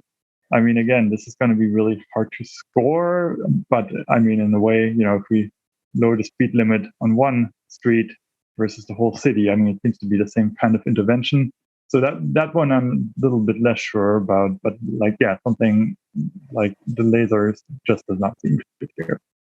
Then the high entry network, Chris, thanks for raising that. And I think that's going to be a longer conversation. I took up tops on their offer to get some more detail on their method, really try to wrap my head around like, yeah, why did we do it the way we did? And I think that I don't have any fundamental concerns, but I think it's a really interesting question to think about how this translates into the scoring for the projects here. And yeah, I don't think I should go into this in any detail here, but I mean, I certainly have some ideas of what that could look like, because I think our focus still really needs to be, where do we have the biggest safety impact, no matter what street type it is? And does that then risk ending up with a lot of projects on top where we know there's a really, really big safety issue, but we also realize we can't do anything about it because we don't have the funding, because it's WISDOT needs to be involved or something like that. But I don't think that's necessarily a bad thing to have a list with a lot of projects where, like, we know we need to fix them, we cannot do this right now, and therefore we focus on the ones that come right after that. So I think that's a good conversation to have, and figuring that out, how the EPDO score, how the classification in the high injury network figures into the high injury network score on the spreadsheet. Sorry, looking through my notes here. One thing I was wondering, how does the quick build, rapid prototype kind of idea that we have talked about many times over the years and actually have used, how does this feature into this? I mean, it seems like all the proposed projects are actually pouring concrete, or painting things. And so I'm wondering what the thinking is, how these prototypes, testing things, see if they work, how does that feature into the SSM program? And if we do think it's part of that, then thinking about how do we evaluate that and then maybe move on. Like, yeah, we do the cheap intervention in year one, evaluate after a year, and then gets bumped up in the list of, like, yeah, now we pour concrete for that island or for that pump out. And I'll leave it at that for now. We could definitely do that for these projects. Like we were kind of saying, these are kind of more of the obvious projects, but so we've got like a list of projects out we want more feedback from. So I think it would probably fall under that category.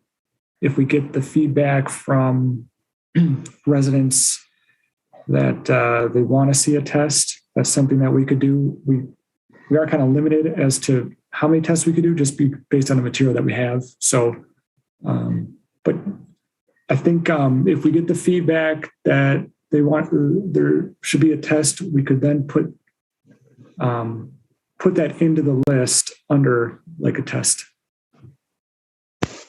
Okay. Yeah, I would also encourage you to use, you have engineering knowledge and judgment to like also figure out, like, if you're not sure, should we do whatever, bump out or painted crosswalk or something like that? Use your judgment to figure that part out as well, I think. And I see Yang has his hand up, which maybe is on this point, I'm guessing. Yeah, go ahead if you have some feedback, Yang. Go ahead. Okay, thank you. Yeah, I want to point out I think something that we discussed before at the subcommittee meeting. I believe was Alder Foster pointed out that we could relate different things we do. This Safe Streets Management Program, and also the shared streets, slow streets program we are doing. Maybe we can use that program to do some testing of the more innovative measures, and then maybe build that into the Safe Streets Management Program later. I think we probably want to do more testing, try different new things, see how they work. We need to step out of the box and explore other tools that we can use.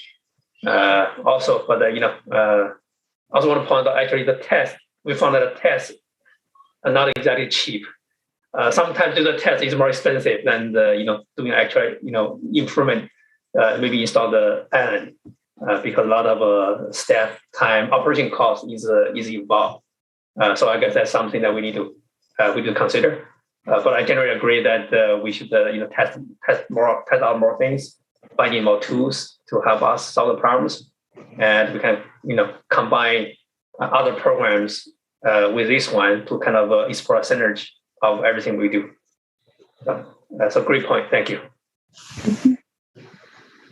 One more question I had, Aldermiate brought up the equity question. And so, I mean, it is part of the spreadsheet, but I do wonder if we should take a little bit of a closer look. I mean, when we created the scoring, I mean, basically either there's no equity impact, so we scored 100%, or there's a medium impact, we scored at 15, 115 and 130.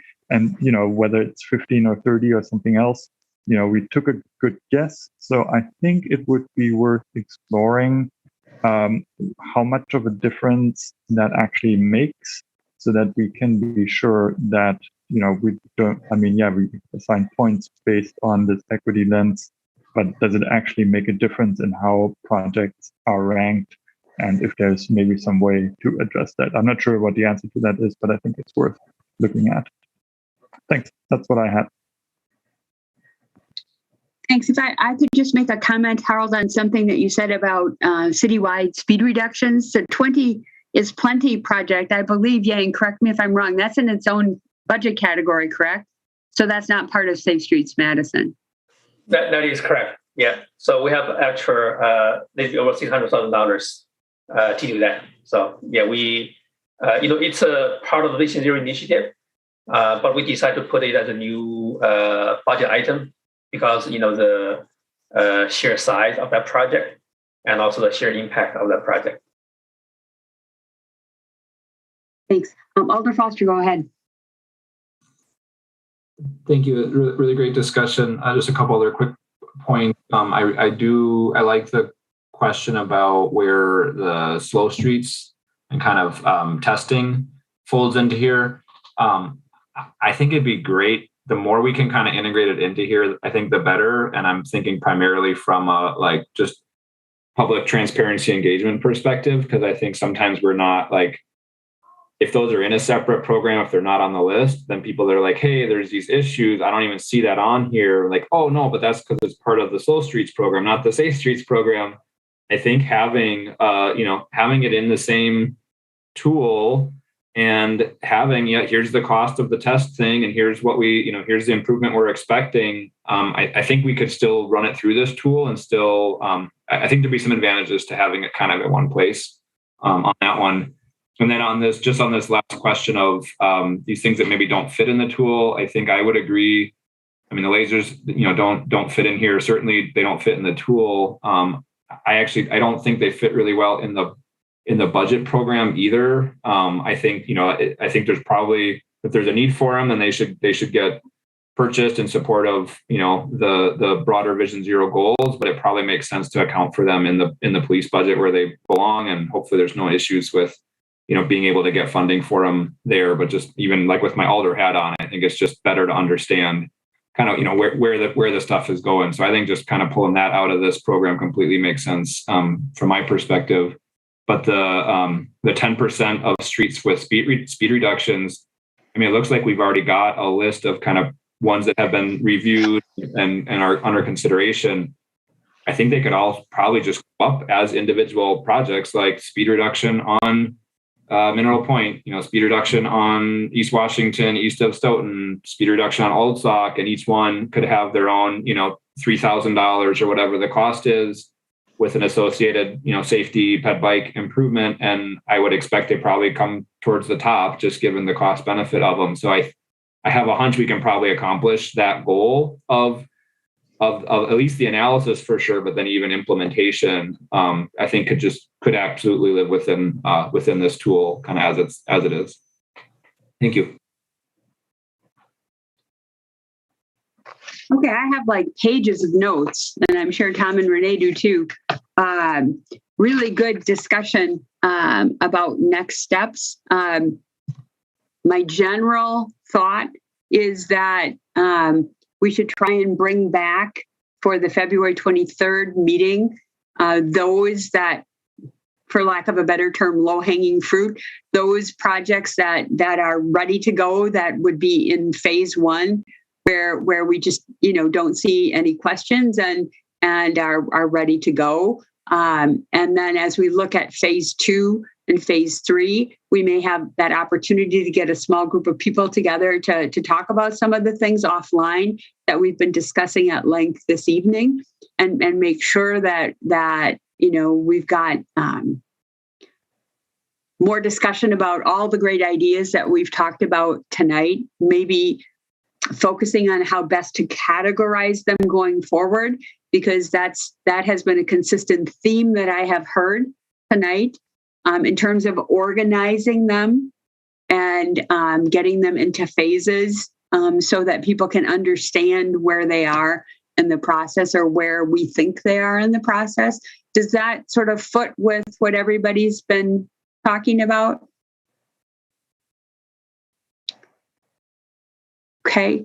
Renee, Tom, and Yang, does that sound like a good process to you in terms of keeping this moving? I think that will work for us, and I have a lot of notes as well, so we can improve this. Make it easier.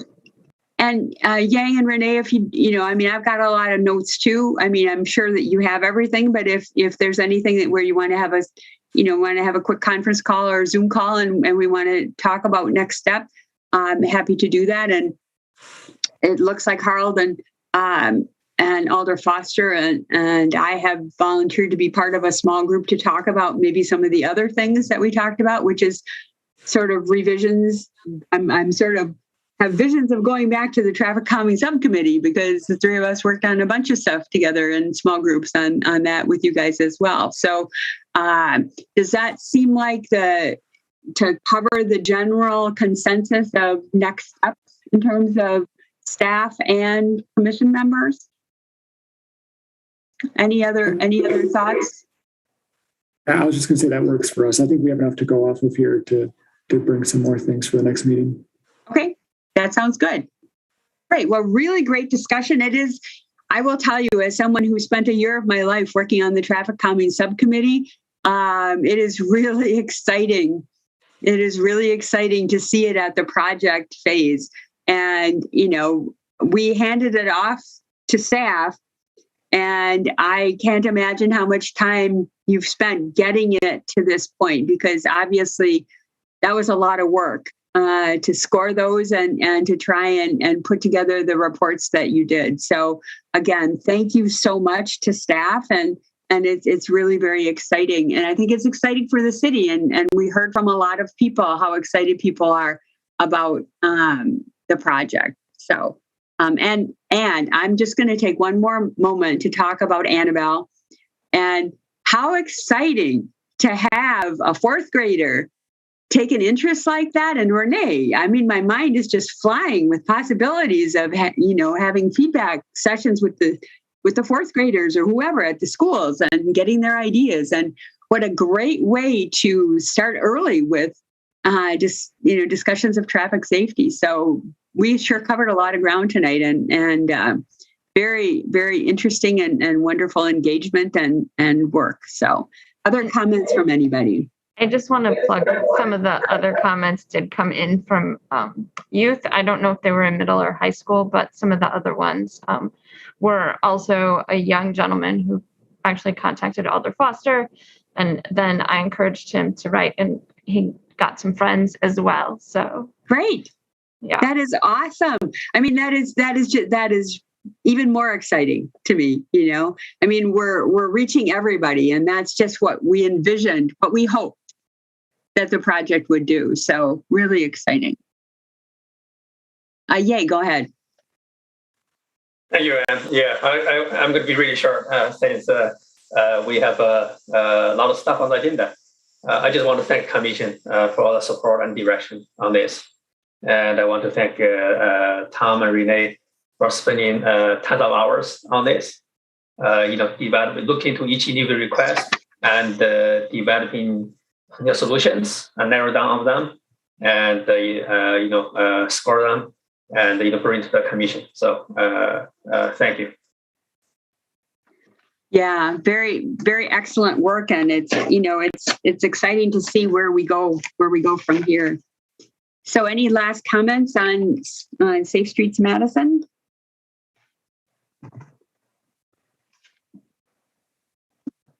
Okay, thanks so much. All right, we're going to go back to item number 2.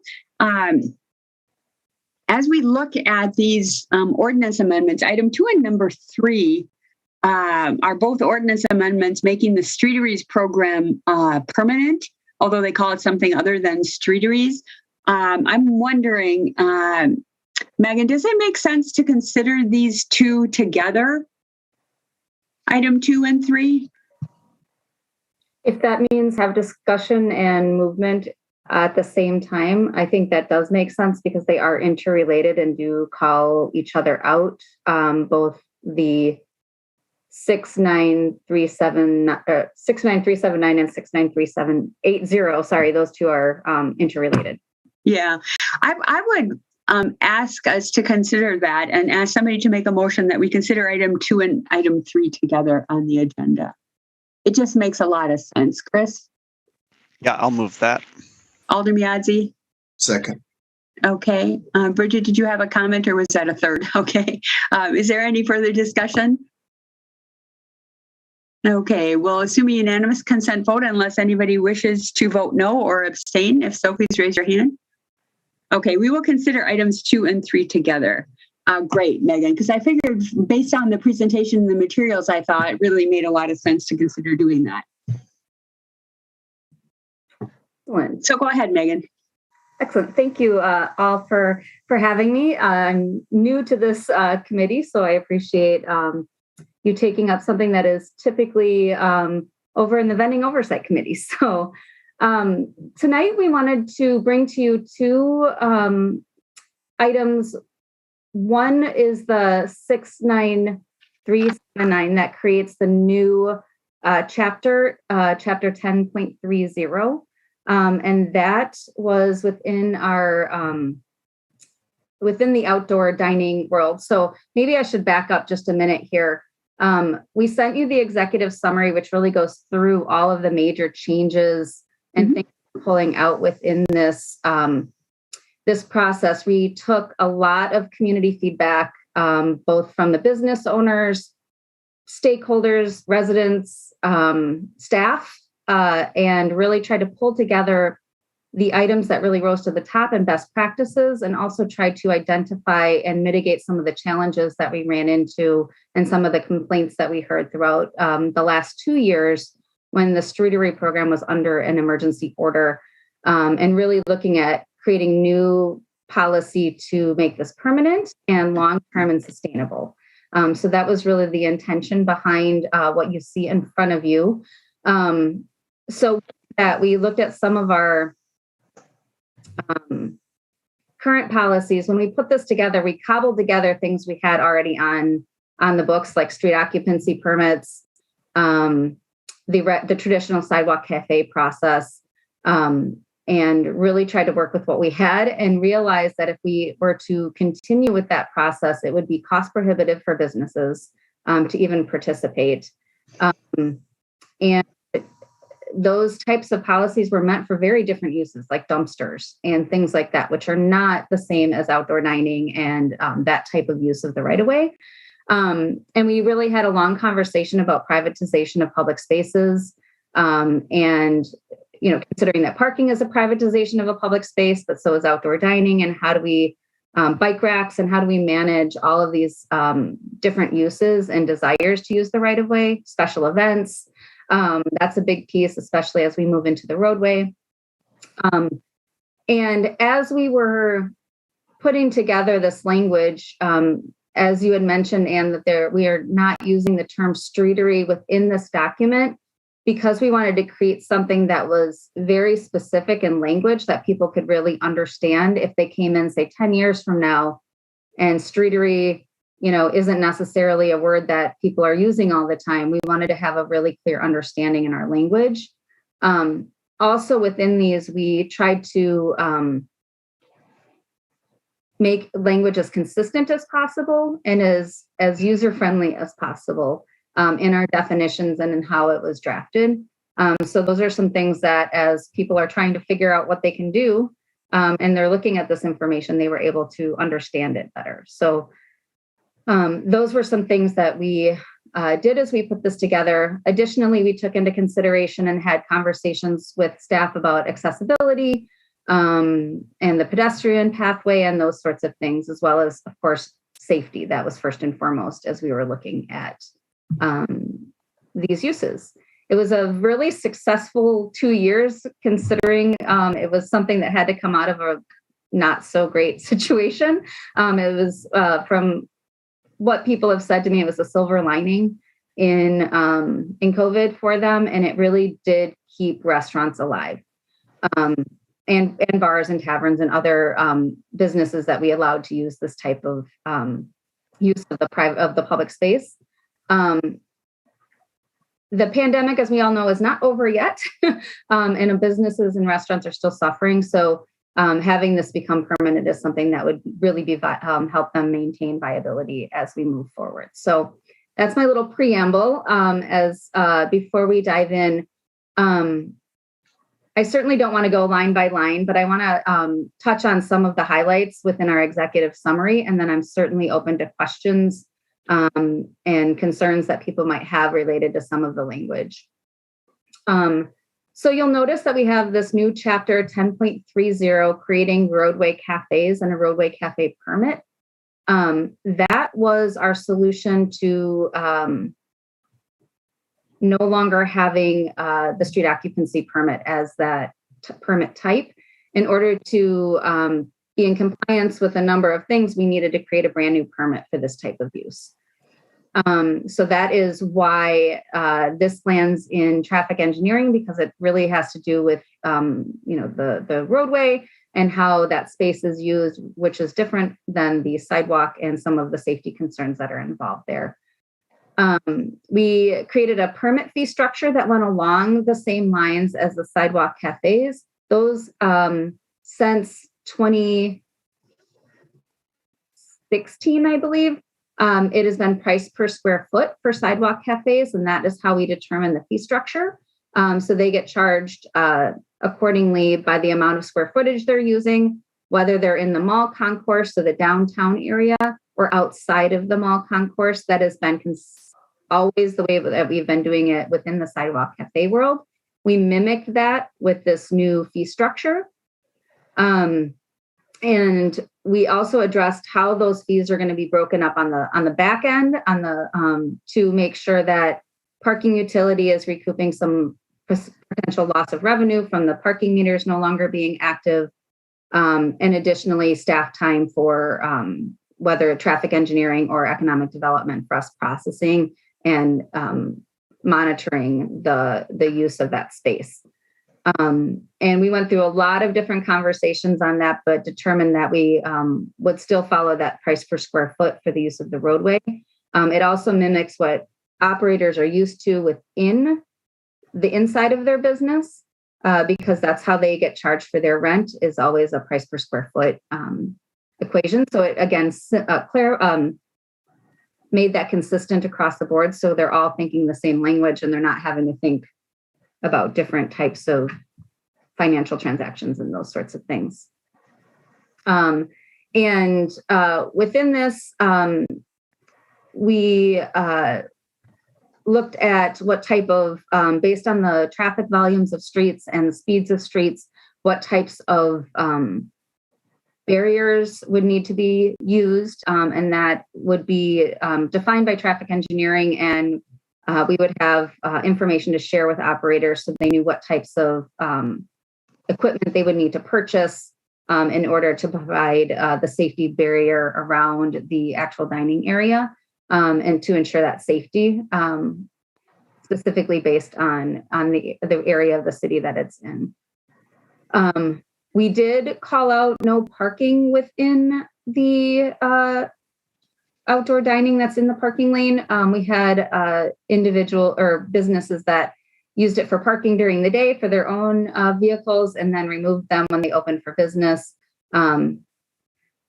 It just did not seem like a safe use of that, and not for the intended use either. The intended use was not for providing businesses with additional parking. It was really to provide them with extra seating to be able to make sales and provide more spacing for customers, that sort of thing, especially related to COVID.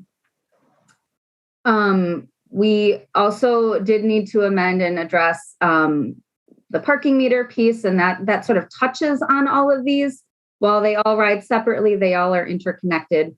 And then additionally, we worked on cleaning up some language to make it more clear about alcohol service as it relates to the roadway specifically. We already had language about the sidewalk, but we cleaned it up so it was more clear related to that space. So that is really the overview of the changes within that new 10.30. Would you like to stop now for questions, or would you like me to go into the 9.13, which is that other legislative file, and give more detail on that? Why don't we stop now for questions? And I just want to confirm, Aiden, we don't have anybody registered to speak on either, do we? Correct. Yep. Okay. Chris, go ahead. Thanks. Question about, if I'm looking at the right summary, I think it's point number 3 in the executive summary about chapter 28 zoning change. That talks about allowing outdoor eating as a use on private property in certain districts. Is that targeted at this is not targeted on street parking. This is about folks having like pop-up outdoor seating on their own property? Yeah, so I'm glad you brought that up. We have multiple operators that use the parking lots, they use the roadway, and they use the sidewalk. And so as we started this whole process back in 2020, we included both private property and right-of-way dining in one guiding document to help businesses that use multiple spaces to have one place to look. So as we came forward to look at permanent changes, we also worked with our colleagues over in zoning to do their drafting of the private property changes so they can all ride from introduction to approval at the same time. So when we're all done, everyone that is using all of those spaces come spring, all of those changes are done at the same time and they can come to one document and find them. So our conversation here isn't about private property and about that section, but that is why it's sort of tailing along with all of this and seems a little out of context for some that typically pay attention to the right of way as opposed to private property stuff. So it's really just to keep it consistent and make sure everyone has the right information at the right time. Then I will not ask my follow-up question. Thanks. Okay, Chris. Anybody have any other questions? Harold, go ahead. Yeah, thanks. So I think I know the answer to this. I just want to be sure. So whenever we talk about roadway cafe, this only refers to things that are not in the sidewalk. If we talk about the sidewalk, it's a different thing. And there's some overlap between the two, but they're deliberately kept separate. This is the intent here, right? That is the intent, that they are separate, although for one of the goals that we've had in this program is to be business friendly. And so within that effort and within that vein of being business friendly, the application process that the applicant will go through will start with the Sidewalk Cafe application. And based on their buttons that they click yes to, it will open up the roadway cafe permit. And then staff that are responsible for approving those pieces will be brought into the loop and get to final approvals, whether it's traffic engineering, parking utility, the fire department, those other agencies that need to be involved in those conversations. And then at the very end, street vending staff will issue all of the fees. They will go to one place to pay the fees, and they will get issued all of their permits and licenses once they pay their fees. And so that allows the operators not to have to go to 7 different agencies, get cross information. We'll all be having a BAT team or business assistance team city approach so we can get them through the process and make sure that all agencies are aware and have approved their specific piece of this. And then within the enforcement side, the traffic engineering will manage the roadway. street vending will manage the sidewalk, but within this, street vending can sort of touch on both because we're out there very regularly observing these cafes and making sure that they're in compliance and following up with concerns, especially eminent safety concerns, like your delineator went in the roadway. We need to get that fixed right away, and we're usually out and active in that space. So it is truly a team city approach from application to approval and then monitoring within that whole space. Okay, thank you. Then one other question. So the revenue from this goes into the general fund, or is like, because you mentioned parking meters, and I know we've had discussion about the parking utility. I mean, you also raised that issue of privatization of public space or equity between businesses. Some businesses will not be able, for whatever reason, to have one of these. So, one model that I think some cities have used is having public parklets where it does not belong to a specific city. It is financed by the specific business. It's financed by the city, so you can get like takeout food and sit from whatever business you come for. So how does the revenue side work on this? The revenue is broken up into 3 buckets on the back end. So one thing I should mention is that we are putting forward this is a seasonal approach. So from April 15th, which is the start of the vending season, through November 15th, or 14th, which is where we switch over to the alternate side parking. So that's going to be the main permit that most people will apply for. We do have winter operations where have a little bit of a prorated rate because they can't use it as much, but there's also some more paperwork and some more approvals involved if you want to be out in the wintertime. So within that, we have broken it up into 3 buckets, a percentage of it, and it varies on the winter or seasonal use. So a percentage goes to the parking utility to address their revenue concerns and address that piece. And then the other 2 buckets are for traffic engineering for their staff time in approving these, and then economic development, but both of our budgets go into the general fund. So really those 2 buckets, even though they will be broken out technically on the back end, those 2 will go into the general fund, which all sidewalk cafe revenue and all street vending revenue goes into the general fund. And so we worked with parking utility really closely and other agencies to make sure that we are hitting the right numbers, that it would cover their staff cost on that larger perspective, and as well as the revenue pieces. So hopefully that answers that question. And then additionally, about the public parklets for people to utilize those sections on their own.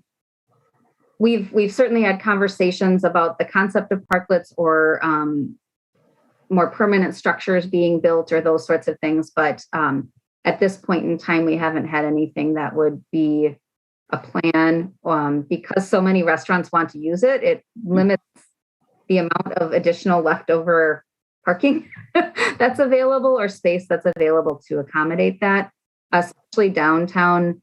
State Street doesn't have space in the street, or the Capitol Square. There's bus and other uses that come in. We have on the other side of the street is state property, so it's not city parking in that same capacity. So it just hasn't risen to a top of something that we could do based on the geography of our city. Okay, thank you. And so the business basically can use this right in front of basically their frontage of their storefront limits the space. So, right, is that how it works? Yes, that's typically how it works, although we are allowing lateral expansions, which would mean to the right or to the left. Some businesses have used it, but it has, right now, the way it's written, we have a permission requirement where we get permission from businesses on either side and the property owners. So they are aware, they know what's going on, and we're all in communication, and nobody gets surprised when they show up on a Tuesday and now there's an outdoor dining in front of their space. So really to inform people and make sure that everyone's on the same page. Typically, when I saw the lateral expansions over the last 2 years, it was places that didn't have roadways, and that wasn't an option for them. So State Street was a great example of lateral expansions. We had a lot of them. that happened there. And as we zoomed out to neighborhoods where they had less depth to their sidewalk, but they had more length to go. So we really, that was where that came, especially with businesses that can't use the roadway because it's just not viable to their space. Or it's not even an option. And there's no private property options. So it was a way that we were able to allow that equity piece where everybody can have options to expand. It just depends on your environment around you and what neighboring businesses you have. Okay, thank you. Okay, other questions at this point? Okay, did you have a few more comments then? Yeah, excuse me. I just wanted to touch on some of the changes related to the 9.13 items, which is that other legislative file 69380. That's riding along with this. As you called out earlier, we're no longer in our documents using the streetery word, although I have a feeling that word isn't going to go away and you're going to hear it in commonplace language, which is absolutely fine. It was really exciting. It was something that people could catch on to, and we don't want that to go away. It was fun, and we're glad that it was so catchy. Although we did need to, like I said, clear up that language so it was understandable for 10 years from now, 15 years from now, when you want to put your stuff in the roadway, what type of permit you need. So it was more for naming permits and in a clear language. We consolidated all of our sidewalk cafe related information into a new subsection of chapter 9.13. We used to have to run under a set of regulations and the ordinance, and the regulations weren't in Munis or Muni code, and they weren't in places that were really accessible for our community to find. We had to go to two separate documents to figure out what the right rules were. So we started with sidewalk cafes and pulled it all together into a new section called 9.135. Laura Manella did an amazing job of pulling it together in a much more user-friendly visual document that is much easier to search, has clearer titles, and really cleaned up a lot of outdated language that was within our sidewalk cafe rules. So that is a big change. If anyone were to go look, it has this new section that is brand fancy new. It also did create the new roadway cafe expansion license, which is that piece that once the permit is approved, it will land in a roadway cafe license that's attached and connected to the sidewalk cafe license. So that's sort of what the output will be to the customer, where they'll have all of it rolled into one space. It's really, you can consider it an add-on to the sidewalk cafe license to add additional space and use. And then, as we mentioned before, the fee structures, we pulled them out of our larger fee table, which went through all license types. And street vending manages sidewalk cafes, merchant vending, game day vending, food carts, art and craft vending. So we pulled out the fee structures that were related to the sidewalk cafes and pulled them down into one section. So that was easier for our operators to navigate. And part of the fee structure, it is higher. The fees are higher in the roadway than on the terrace and sidewalk, because we want to first and foremost encourage people to use that space first. And then from there, if they want to expand, then they would have that option to do so, but at a slightly different fee structure. Currently, in the sidewalk cafe license, fees are $5.50 per square foot on the sidewalk and $3 in the mall concourse and $3 per square foot in the out citywide. So these new fees are $7.50 per square foot in the roadway for the mall concourse and $5 per square foot outside of that. So it's not considerably higher. It's just a slightly different. And then of course we have that prorate winter square footage cost that they could pay for if they wanted to. As I mentioned earlier, the lateral expansion, that is something that we are proposing to provide opportunities for businesses that don't have access to the roadway or would like to expand their space in both areas. One thing to note, though, that outdoor dining, the restaurant their kitchen can only serve so much food based on the health department requirements and licensing. So that in and of itself is going to limit how large these spaces can be, because the health department says your kitchen can serve this many people. Doesn't matter if they're indoors or outdoors, that's how many people you can serve.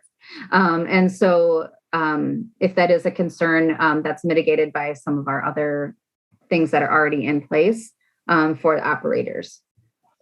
It does allow bars and restaurants, bars, breweries, taverns, distilleries, wineries, meaderies, all of the eateries, because when we started this, we had originally just said restaurants, and the bars, taverns, and all the eateries were like, that's our customers too, and they were struggling just as much as the restaurants, if not more, because as we were aware during COVID, that restaurants got indoor capacity earlier than some of our alcohol-based establishments. But within that, they are required to have approvals either through the ALRC, which is our alcohol licensing committee, or some of the eateries, the distilleries, wineries, those things, they go through the state, but they would have to have state approval. And we have contact with the state representative that we talk to before they're allowed. So we make sure everyone's on the same page and that all of the appropriate approvals from the alcohol standpoint are taken care of before we issue any licenses to those operators. And additionally, we had a lot of enjoyment and success with tents and heaters. Not heaters under tents. That was never allowed, but tents or heaters. So we are going to allow those ongoing so people can extend their season, whether early in the spring or through fall. It extends the lifetime of their outdoor dining, and shade and slight rain protection has allowed these operators to operate more frequently than they would have been able to in the past under just umbrellas. We are allowing the continuation of lighting. And so that is, or at least we're proposing that we would continue the use of lighting, although they are not allowed to use city receptacles to plug in their lights. They would need to use a approved up to code lighting or plug on their building to power those, or look at battery operators or solar powered lights, other types of energy sources to light those. And there are height requirements and things like that that deal with, so the mall crew can get their bobcats through and they don't pull down lighting, that sort of thing. So with all of these, we took into consideration height and distance requirements to provide safety. Additionally, the storage piece I want to call out. So right now we're proposing that if there is a roadway cafe, that items can maintain in the roadway cafe, but they would need to be locked and secured overnight. All pop-up tents would need to come down and could not remain up overnight. And umbrellas, everything would just need to be secured within the parking lane. We are not allowing or not proposing to allow items to be maintained overnight on the sidewalks or terraces. Downtown, there is a need for sidewalk cleaning, and there's our mall concourse crew already has a cleaning schedule, and there's other maintenance that needs to happen. And so the storage would, businesses that have items on the sidewalk would either need to take them in or secure them in the roadway if they have that as an option. Look outside of the mall concourse, so out citywide on a case-by-case basis. And if they do want to keep items outside of the downtown area, there's no street cleaning or sidewalk cleaning and other programs like that. They could do so at a potential higher fee. Just a couple more pieces here to touch on, and then I'll open it up to questions. Roadway cafes, we also, if they are wanting to do winter operations, they would have to have a written snow plan. And within this, we are already including all of the indemnification and protections for the city. But they would have to have involve our streets team to make sure that their cafe is out in a space that isn't going to inhibit snow removal that sort of thing. And if something were damaged, that was addressed, so they would not, the city wouldn't be liable for that type of instance if it were to happen. So there are, like I said, if they want to use something in the winter, there's a few more boxes we have to check and a few more staff that need to be involved in those approvals. We took into consideration parking spaces for people that are reserved for people with disabilities. If there is not something that is appropriate for moving that, they would not be able to be relocated or located adjacent to a spot that is designed or reserved for people with disabilities, making sure that we had that. And again, we talked about putting businesses were required in the past to put tape down to identify the curb drop down, those sorts of things. We've had conversations about ramps and those things for seating when it comes to accessibility. And also we're allowing a wider variety of furniture, different heights, or maybe picnic tables, those sorts of things. But we would require that there are, if they were high top tables, that there were an equal number of low top tables accessible to people with disabilities. So they don't come and are like, well, I can't sit at this table. That's not acceptable. So we've continued to do that, and we will continue to review that as we go forward and bring forward any changes if we see things aren't working. But like I said, we did reach out to our disability rights team to make sure that we had this vetted before we brought it forward. And last but not least, the things from the temporary program that we're not putting forward for permanent approval. The overnight storage, as we talked about, that was very relaxed during COVID. During the last 2 years, we were very light on our enforcement because we knew people were really struggling, and we had less people around downtown and around the city and those sorts of things. That will be shifting back to a more active enforcement role and education first and foremost. People aren't going to be allowed to plug into city electric, as I mentioned. The establishments that qualify may not qualify for winter operations if it's in the way of snow removal. Amplified sound and music performances will not be allowed in the sidewalk or roadway cafes. And all licenses will be charged fees again this year. So in the last 2 years, we were able to waive fees and historically actually reimbursed people for fees if they had already paid them in 2020, which is sort of unheard of. But going forward for our upcoming licensing season, we are issuing fees and moving forward with that fee structure if approved. So that is my sidewalk cafe rundown of highlights of changes. And my kudos to staff for working on all of this and pulling it together in a very tight timeline. The reason we're being so aggressive with our timeline is that we want to make it actionable on March 15th so we can get people active and ready to go by April 15th. Olin Avenue, go ahead. Yeah, I just wanted to piggyback on that. I wanted to thank you and your staff for a great job in revitalizing a lot of businesses due to the pandemic that we see that's ongoing. And definitely wanted to see if I could definitely be a sponsor to this to make sure that this was a great idea that you guys came about and all the work that you guys put into it. So I appreciate it, and I just wanted to show my support. Great. If that can't happen within this body, I will make sure that I reach out to whoever I need to reach out to add you on. I appreciate your support. Yeah, Aiden, I don't think that normally happens through our process, does it? I think that has to happen elsewhere. Is that correct?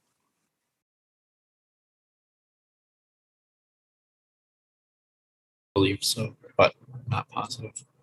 Yeah, I don't think so, Megan, but you could note in the minutes, at least that Alder Miadzi would like to be shown as a sponsor for these two, and then we can see. Steve, do you have a comment on that? It can be done, but it has to be done through the council office and the other staff. That's what I was going to suggest. If you would like to reach out to the council office and ask to be added to a sponsor, or I can start an email and include you in that, and we can get you on there. If you can include me on that, I appreciate it. Okay. Thanks a lot for all your work. Very good. Anybody have any other questions? Harold, go ahead. Just one quick one. Regarding the heaters, you mentioned there was a lot of debate about that. So there's no additional fee for having the heaters. The reason I'm asking is I know a lot of cities in Europe have actually banned heaters because of their climate impact, where like the propane ones basically, emit as much as a small car as they are in operation. And so from a sustainability perspective, I was wondering about that. If maybe we could create at least some disincentives to using certain types of heaters and rather, supply people with blankets and stuff like that. We did not consider an additional fee, but we do have additional approvals. So sometimes their ideas don't get through the fire department, especially as it relates to propane storage, especially downtown. They aren't able to store the propane in the right of way. It has to be stored on private property, out of the way. There's a lot of requirements before we can get to yes. And even one of our businesses this year, we couldn't get to yes on where they could store propane, and because they suggested right-of-way areas or areas that are adjacent to construction. And the construction staff were like, no, we don't feel comfortable with that, and would not give them permission to do so. So they're having to do daily removal and having daily delivery. And they chose to take on that burden because it was such a valuable asset to them. So if for many, the hoops they have to go through and the requirements they have to reach are the disincentive that they just don't want to. And we saw more of it on private property than in the right of way. I would say maybe 15 businesses used it in the right of way, but the majority of them they didn't want to take on the work. They didn't want to bring them in. They didn't know where to store it. They didn't have a space. And I learned a lot about propane, and there's a lot of places it can't go. And if you ever store propane inside, please don't. There's data on information that the fire department has out about that too. So if you're ever interested, okay. And they're also not allowed under tents and those sorts of things, and they have to be certain distances away from buildings and those sorts of things. So many of our spaces just don't qualify because they're too close to a building, or they prefer to use a tent, and you can't have both. So, thank you. I will take note of all those propane precautions. Okay, sounds good. Anybody have any other comments or questions for Megan? Okay, I'd entertain a motion to approve items 2 and 3 together. Chris? Yeah, I'll move approval of both items. Alder Miadzi? Second. Okay, there's a motion and a second. Denise, did you have a discussion point? No? Okay, all right. Denise, your hand is up. Did you have no? Just checking. I wanted to make sure I didn't miss anything. Nope, thanks, Ann. I just did a second, so I'm good. Okay, great. Yeah, that happens sometimes. All right, any further discussion? Okay, if not, we'll assume a unanimous consent vote unless anybody would like to vote no or abstain. If so, please raise your hand. Okay, seeing none, the motion's carried. Thank you very much for coming, Megan. We appreciate it. Obviously, it was a great program for a lot of our businesses, and it's great to see it permanent. And I'm guessing the Streetery's name will stick around too, because it is pretty cool. So thank you all for your support, and yes, enjoy a Streetery come spring. Thank you so much. Okay, thanks so much. All right, so we've already done number 4, so we move on to item 5. And Tony, I assume you're here. Thanks for hanging with us so long through all of the prior numbers. Let you go ahead with your quarterly traffic safety report. You bet. Can folks see the presentation beginning on the screen? Okay. We can, yes. Mm-hmm. So for the quarterly report, combine some things in terms of kind of doing both a quarterly and a 2021 summary on some items, but tried to kind of just use my discretion when it made sense to do either one. Again, for 2021, our goals for traffic enforcement citywide were to focus on hazardous moving violations. Again, continuing to pay particular attention to the high injury network, supporting school zones, and being responsive to citizen complaints. Our main areas of enforcement, again, continue along the high injury network, which is the map on the right of the screen, and the left of the screen highlights the main roadways that we focus on with our traffic enforcement grants that we utilize each year. Looking at 2021 fatal and serious crash locations, this is taken again from community maps. Certainly a concentration along the downtown and the Isthmus, along East Washington Avenue, Packers Avenue, and then kind of a smattering, if you will, throughout the rest of the city. Overall, we did see a decline, although at certain times last year, it certainly did not feel like we were in a decline, but we did have a decline in overall the combination of serious injury and fatal crashes compared to 2019 and 2020. And it looks like we're about at a 5-year low, actually, for those two categories combined. This is stretched out over time. Sometimes gives you an idea of the sometimes the spikes in either categories. It kind of seems like an artifact, and that may very well be the case at times, in the sense that at times we might see a spike in activity or these crashes, but aren't necessarily representative of a long-term trend. And it can be cyclical in nature, but again, sometimes it's just really hard to you think you got it figured out in terms of you see increases in the summer and then decreases in the winter, and then that doesn't always follow the pattern. So the graph on the top is our serious injuries. The graph on the bottom is our fatalities, and then the trend line slowly sloping down indicates the serious injury, not the combination of those two types of crashes.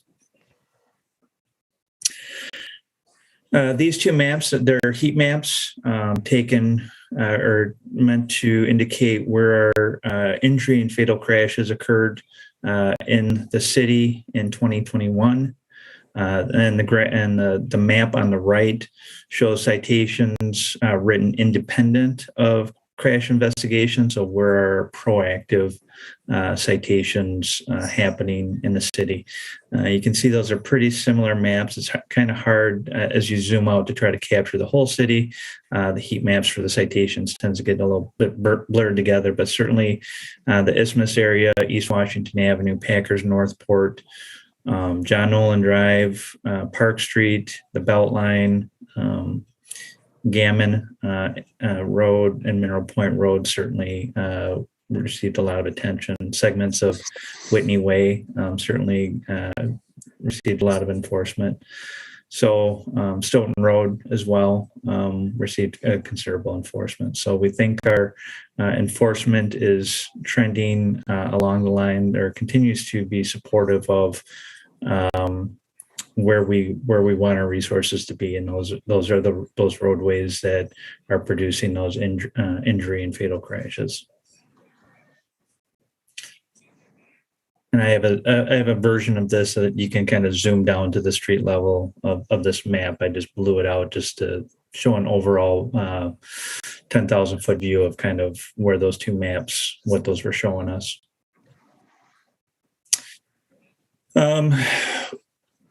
Our causative factors tend to be along historic patterns.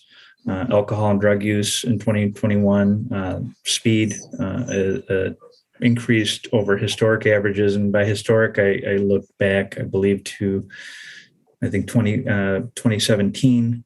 So 5 years of data. what our main causative factors are. Certainly, pedestrian and bike involvement seems to have increased in 2021. So that wasn't just an anecdotal sense that folks were getting from these serious crashes that we experienced, but it was a very real increase last year. We're capturing distracted driving a little bit better in terms of being able to document that. But again, speeding, alcohol and drug use, and then involvement with pedestrians and bicyclists certainly make those crashes tend to be considerably more catastrophic. So that is where our 2021 causative factors were showing us. For our enforcement citywide, we were up from 2020, which was to be expected as we're continuing to be a little bit more comfortable operating in the COVID era and being able to allow our officers to do more of those proactive efforts. We were able to apply our traffic grants more consistently in 2021. So we're not quite to pre-2020 levels, but we're trending in that direction. Overall, we continue to enforce speeding at around 3,400 citations for speeding in 2021. Our OWI enforcement, again, tends to be a major focus area for us. And then the list kind of goes down from there. Red light signal enforcement, and then following too close, and some of your more common crash citations or citations that we issue during traffic crashes. This is a little bit more detailed look of our of our citations and warnings. There's 3 lines represented there: our hazardous, our hazardous citations, our non-hazardous citations, and our warnings. The bottom of those are non-hazardous, which is what we want to see, that we're continuing to write fewer and fewer of those non-hazardous citations.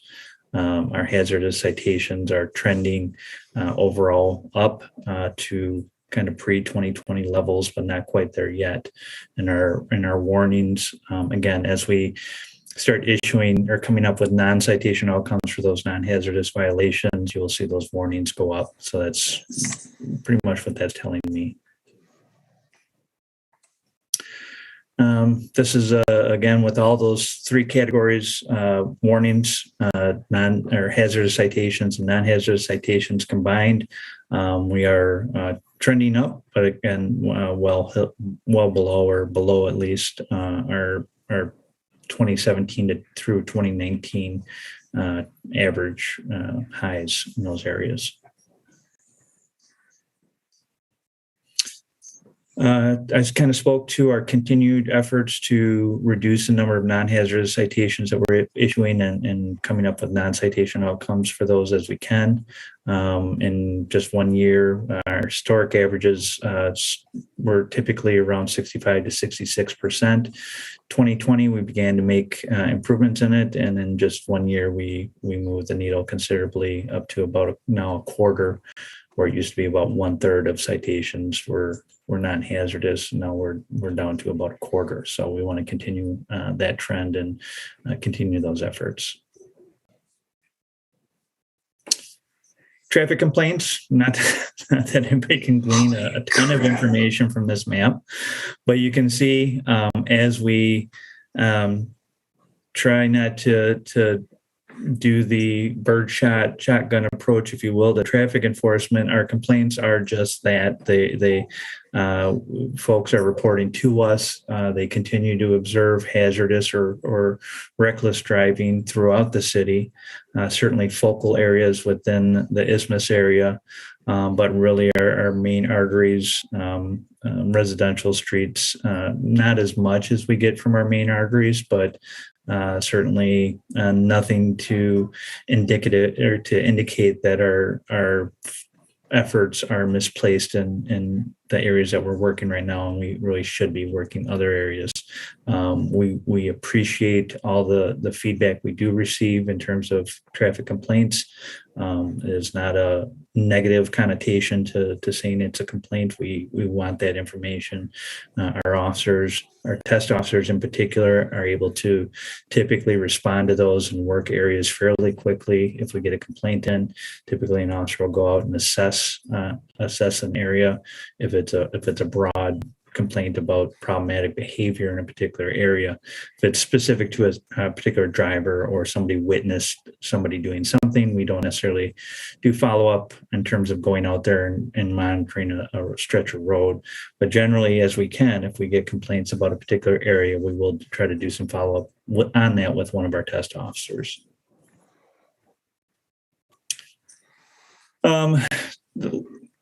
I'm going to move into talking about East Washington Avenue.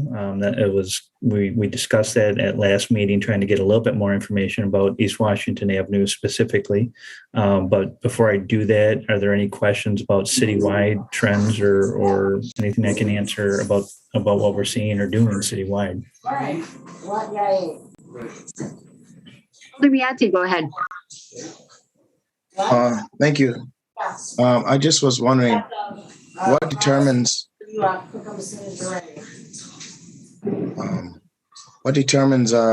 when you give out a ticket versus when you give out a warning? Is there a criteria that you use, or is it just because I know a couple of times I've called for speed reduction and you guys have came out and helped out, and I don't think you guys gave any tickets. But what is the criteria that sometimes you guys use? Certainly, officers have a discretion within their decision making. So if you pull somebody over for speeding and they said, "Hey, my wife, I'm meeting my wife at the hospital. We're going into labor," that kind. The officers are able to certainly give warnings and depending on offenses. There's not a lot of situations where officers are kind of put in a position or are compelled to issue a citation. I would say probably drunk driving is one of those few where we would expect an officer to be issuing citations in those cases. Generally, when I first started, it was it was kind of a mixed bag depending on the officer. You could issue a warrant. If you pulled somebody over for speeding and they realized upon running their driving record, their driving status was suspended, you might issue a warning for the hazardous moving violation and issue a citation for the driver's license status violation. And really, what we've been trying to do over the last 2 years is encourage officers to write those citations for hazardous moving violations, consider non-citation outcomes or warnings for non-hazardous violations, and continuing to support those decisions. Certainly, officers at this point still have that discretion in terms of if they do issue those citations for non-hazardous. But again, just through right now through really our goal setting and supportive of officers, coming up with non-citation outcomes is really what we're looking for in those non-hazardous citations. And within their discretion, if they pull somebody over for 18 miles an hour over the speed limit, an officer has that ability to issue a citation for 10 miles an hour, which would make it a lower fine amount citation. Again, it depends on the officers on the circumstances, but generally the officers have considerable discretion within their decision making. Can I ask one more question? Absolutely. Sure, go ahead. Yeah, just out of curiosity, thinking outside the box, with a lot of speeding that we see here in Madison, has MPD thought about any kind of new initiatives as far as just a class on using select people that are probably habitual speeders, as far as just some kind of training on how, because I'm sure you guys have habitual speeders, just to see if there's some kind of training that MPD could probably give on letting them know the impact of how dangerous speeding is. The municipal court actually has classes like that available to them.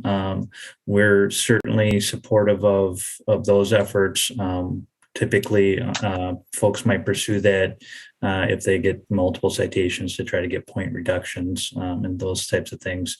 We would certainly, our test is traffic enforcement and safety. So we certainly want to, if asked, we would certainly be able to provide either a talk but in terms of putting together a class, there's several different options that Judge Copal has available to direct people to those, not only in OWI, but certainly speed, somebody who's a habitual speeder that's come before the judge before. So they can pursue those, and the judge has pretty wide discretion in how he handles the outcomes when cases come before him. If they do pursue it in lieu of a citation or points, he might, as long as they attend the class. So those programs are in place. And if that was an initiative, we would probably look at partnering through the municipal courts through something like that. Thank you. Pat, you're next. Go ahead. Thank you. There's been a lot of conversation about staffing issues for the police department. How has that impacted your data? Say in 2017 to 2021, is there a reduction in the number of traffic officers? Do you have any information about that? I know before I got into the traffic section, I believe we had 2 officers assigned to the PM test team. So I believe our officer strength was around 7. I can't remember the exact year that those positions were reassigned within the police department. So that's typically a staffing decision that's made within the department in terms of needs based on available resources, kind of having to balance the needs of all the services that we provide, where we best utilize those. So I certainly don't want to lay staffing specifically for traffic on a particular issue or movement or anything like that. It was finite resources, having to deal with a lot of challenges and moving those resources internally. In terms of staffing, it does affect officers' discretionary time when you are at our street level minimum staffing.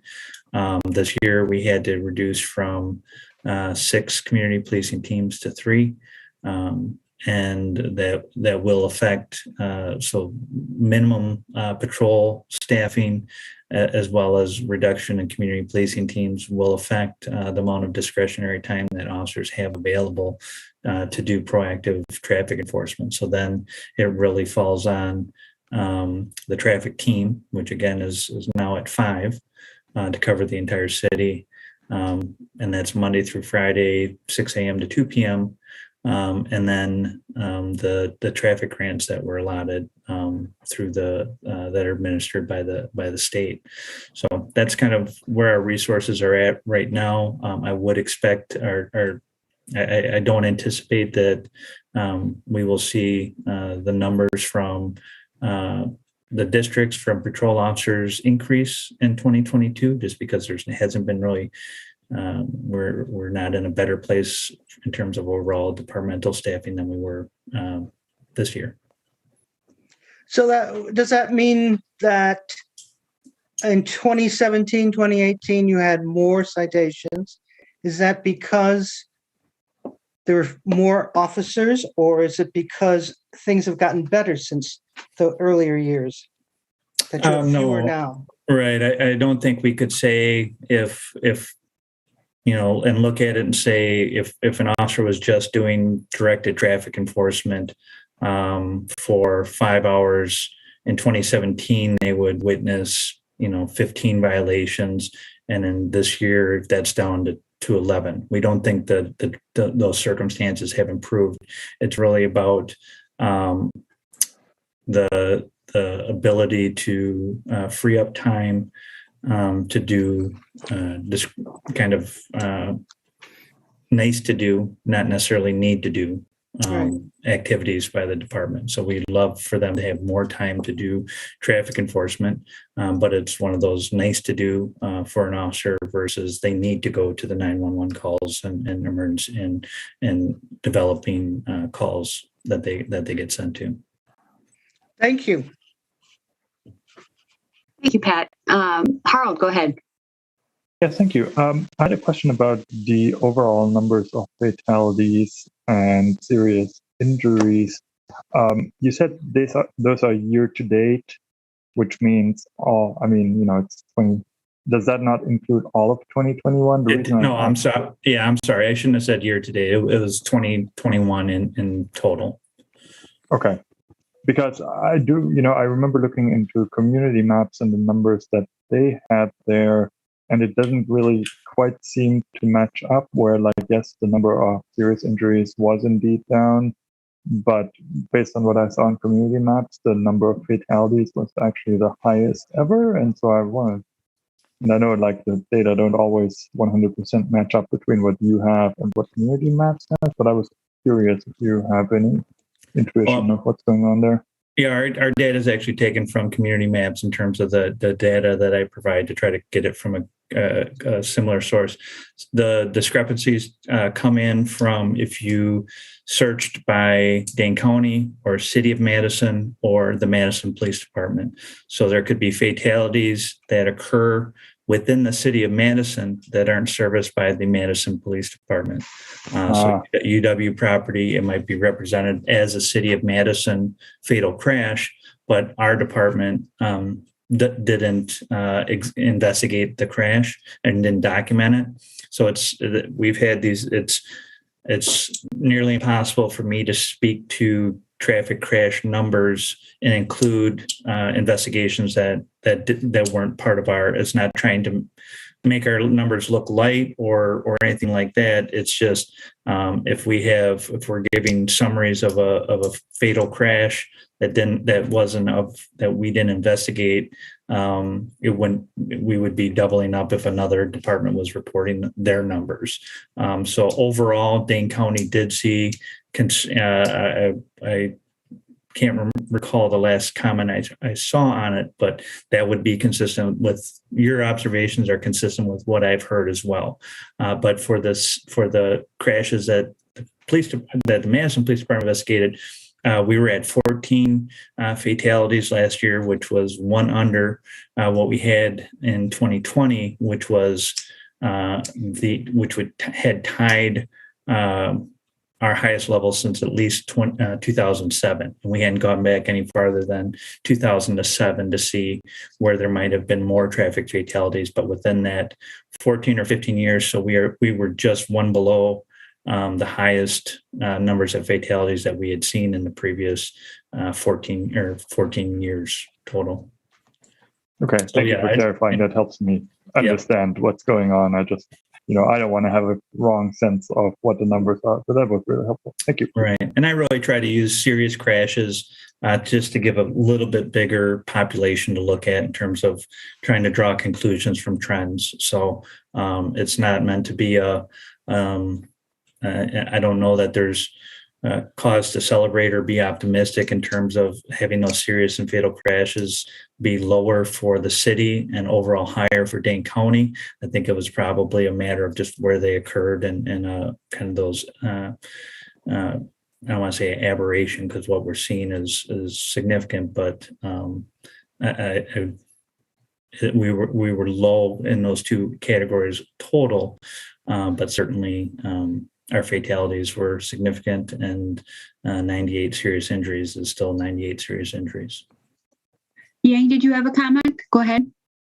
Yeah, thank you, Ann. Yeah, so Lieutenant Jari provided a very good explanation on the data, and also credits to Harold for noticing the differences. We had some discussions on this, how do we make the data maybe more consistent? But I think sometimes it's going to be pretty hard because depending on what we are looking at. But you are right that for Dane County data last year, the trend was a little bit different. So last year was the highest. This data is also different from what traffic enduring has been reporting. Those are crashes and fatalities in the city of Madison limits, and also we look at the fatalities and the crashes on the roadways that the city of Madison maintains. So those are already different. But I think if we're talking about all the fatal crashes in the city of Madison limits last year, I think the last time the number that we have is 18. So it's definitely higher. But quite a few of those actually, are on roadways that the city does not maintain. So not trying to make things more confusing, but just trying to point it out that the observation is right on. So the situation last year actually was pretty bad. All right, if I could just take a few more minutes and I'll talk specifically about East Washington Avenue. The map I'm showing you now is just a predictive analysis map that we have access to through community maps. It just shows where they would predict injury or fatal crashes to occur within the city in 2022. Not that it tells us a lot unique in terms of things we didn't know. Everybody in this conference knows, would probably nod their head in the areas that were highlighted. It just continues to show that these areas will be areas of concern for us in 2022.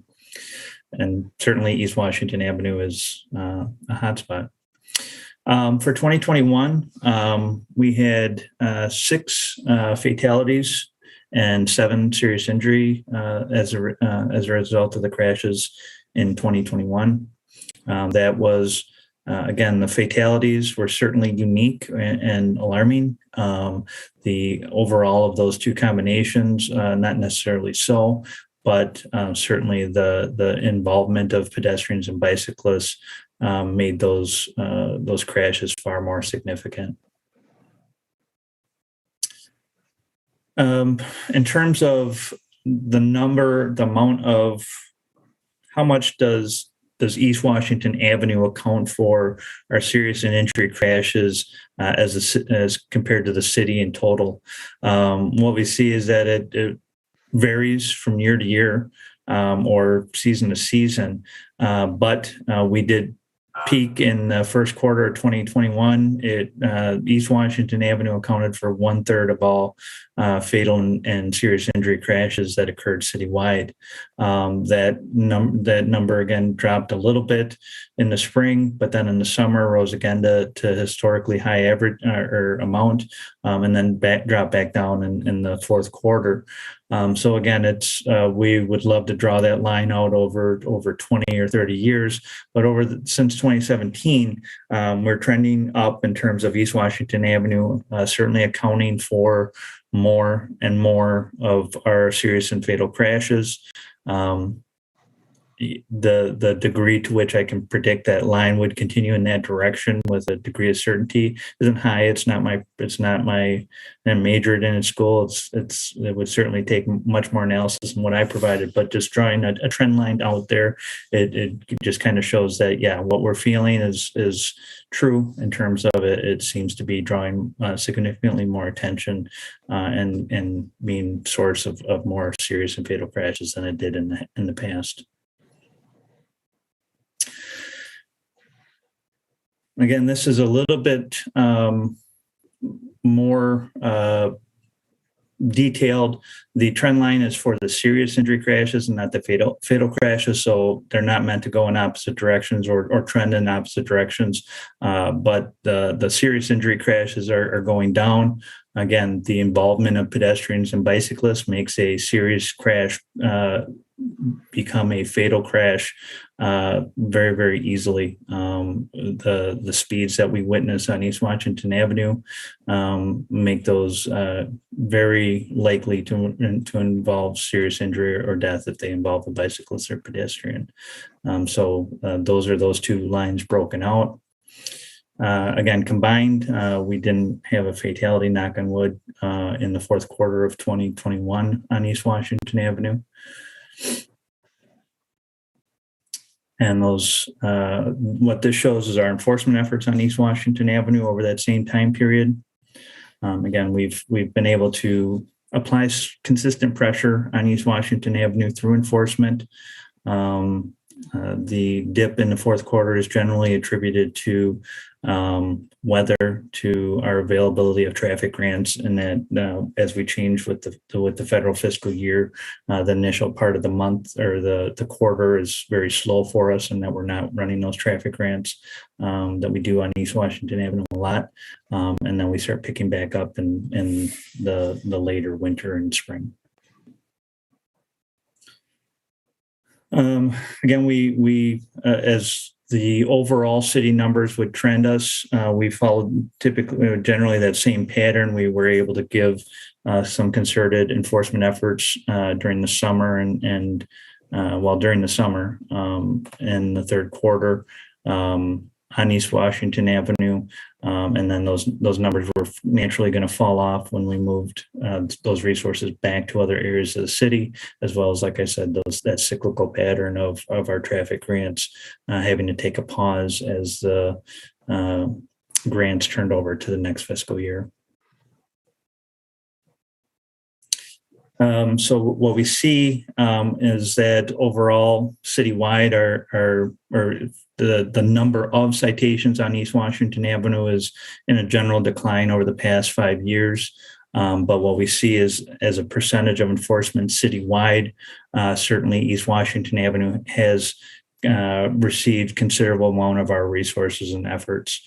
In the third quarter last year, over 1/3 of every citation written in the city occurred on East Washington Avenue.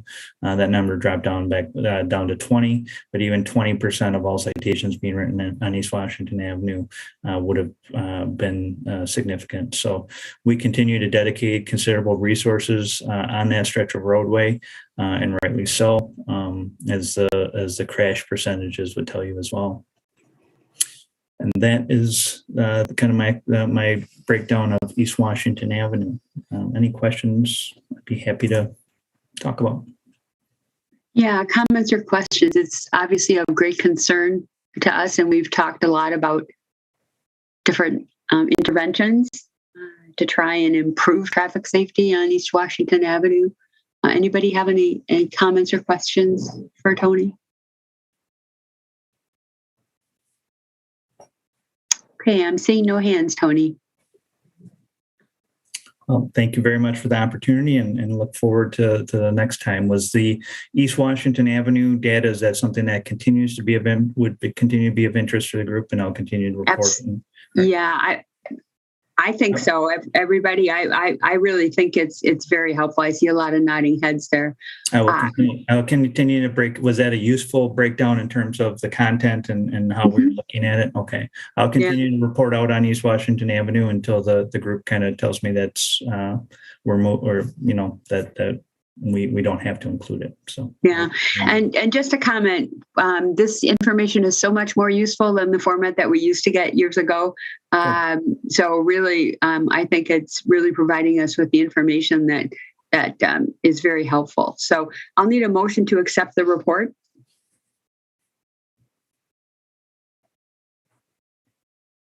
Bill? I certainly will make the motion to accept Lieutenant Fiore's report. Okay. Robbie, is that a second? Yep. Okay, we have a motion and a second. We'll assume unanimous consent vote to accept the report, unless anybody chooses to vote no or abstain. If so, please raise your hand. Okay, thank you so very much, Lieutenant Fiore. We really appreciate it. You're welcome.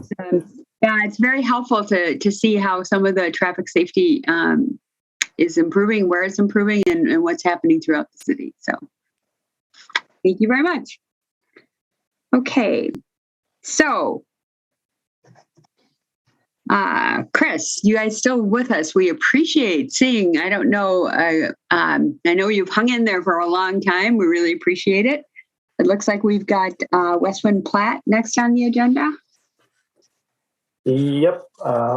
So I think on this one, Sean is going to lead the discussion here. We got a plat on the far west side near like Pioneer Road and Mineral Point. Okay, Sean, go ahead. All right. So I'm sharing the exhibit that you should have saw in Legistar. As Chris said, this is a plat on the west side. Pioneer Road is directly to the west. Old Sauk is to the north, and Mineral Point is to the south. This plat, it's pretty standard. I guess the streets, we have some. A few local streets that are 28 feet in width. Sandy Ridge Road is one of the bigger streets that connects through the neighborhood, goes a few blocks. So that was a 60-foot right of way. So that we're proposing at 32 feet. Elderberry Road is a pretty big collector. Eventually will be when it gets all connected, connects Pioneer all the way to Junction. So we have that street at 48 to allow for on-street parking, 8 feet for on-street parking, 6 feet for bike lanes, and 10 feet for travel lanes. We have that bumped out at Clear Pond Way, which is a street that goes north and south for a good distance. It even crosses Mineral Point and goes as north as Old Sauk. It stops just short of Old Sauk. So that's a pretty long neighborhood street that we think will be well traveled. So we have bump outs there on Elderberry to narrow that. So we have the bump outs at 36. That should allow the bike lanes and the travel lanes to still be separated as they go through the bump out, but also shorten the crossing for pedestrians that are planning to cross and help slow down traffic. I guess I can take any questions. Everybody see that okay? Is there anybody who needs us to zoom in on any particular part? Harold, go ahead. Yeah, thanks. So with regard to Elderberry, you said it will be on-street parking on both sides in the bike lane. So I guess that will be, the bike lane will be in the Dora zone, I guess. Or like what kind of bike lane, if they're going to be buffer or anything? Yeah. So at this point, we're proposing 8-foot parking lane and then 6-foot bike lanes. We found on some of the other collectors, I think Muirfield Road kind of comes to mind. We had 44 feet, and that was just too tight for parking and travel lanes. That's 7 and 5. So that was just too tight. So for collectors, I think 48 has kind of become a good width. Eventually, Sugar Maple, is going to have the same configuration. One thing that could be done in that width is, the bike lane could be 5, and the parking lane could be 7, and you could put a 2-foot buffer if you desired. If you want to paint another line between the cars and the bike lane, that could be an option. So I think 48 kind of gives us some flexibility without getting too wide. That could promote speeding. So yeah, it's the 8-foot. Right now, we're proposing 8-foot parking lane and a 6-foot bike lane. How do you feel about the bike lane being less wide, being a little bit narrower and a buffer? Any thoughts on that? Yeah, that's something that we could definitely do. No, I'm asking. I mean, Harold, you brought it up. Is yes. that? Yeah, I'm sorry. I'm asking I'm sorry, Sean. I'm asking the commissioners to react to what you're offering two alternatives. What their thinking is on it. Yeah, I mean, can somebody say something about the larger bike network piece? Because as you said, I mean, it is this east-west connection that eventually will go between Mineral Point and Old Sauk, and both Mineral Point and Old Sauk currently do not have any good bike facilities. So thinking about, and what is the bike network plan for this neighborhood? Is this going to be it? Is this going to be the main connection in and out of the neighborhood? And then thinking about traffic volumes, I mean, our unprotected bike lanes, what is the appropriate facility here once the development has happened and once we see the traffic volumes that we anticipate here? Or is there some other connection that you have in mind for getting people on bikes in and out here? Yeah, it looks like Renee had to drop off the meeting, Harold. So is somebody else here who can talk about that? I can talk a little bit about it. So we've got kind of a more or less fairly major north-south bike trail planned throughout a north-south on the far west side of Madison. So that would go all the way from Blackhawk all the way down to McKee Road, and that would fall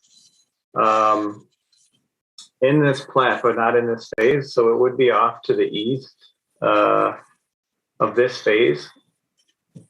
So that kind of covers a lot of the north-south, I think, major bike traffic. And then, as Sean mentioned, we were looking to create space on Elderberry for east-west. We also, on the very south end of this plat, when they get more towards Mineral Point, we expect to have a multi-use path along Mineral Point Road on the north side of the road there. So that would give you another east-west connection. And then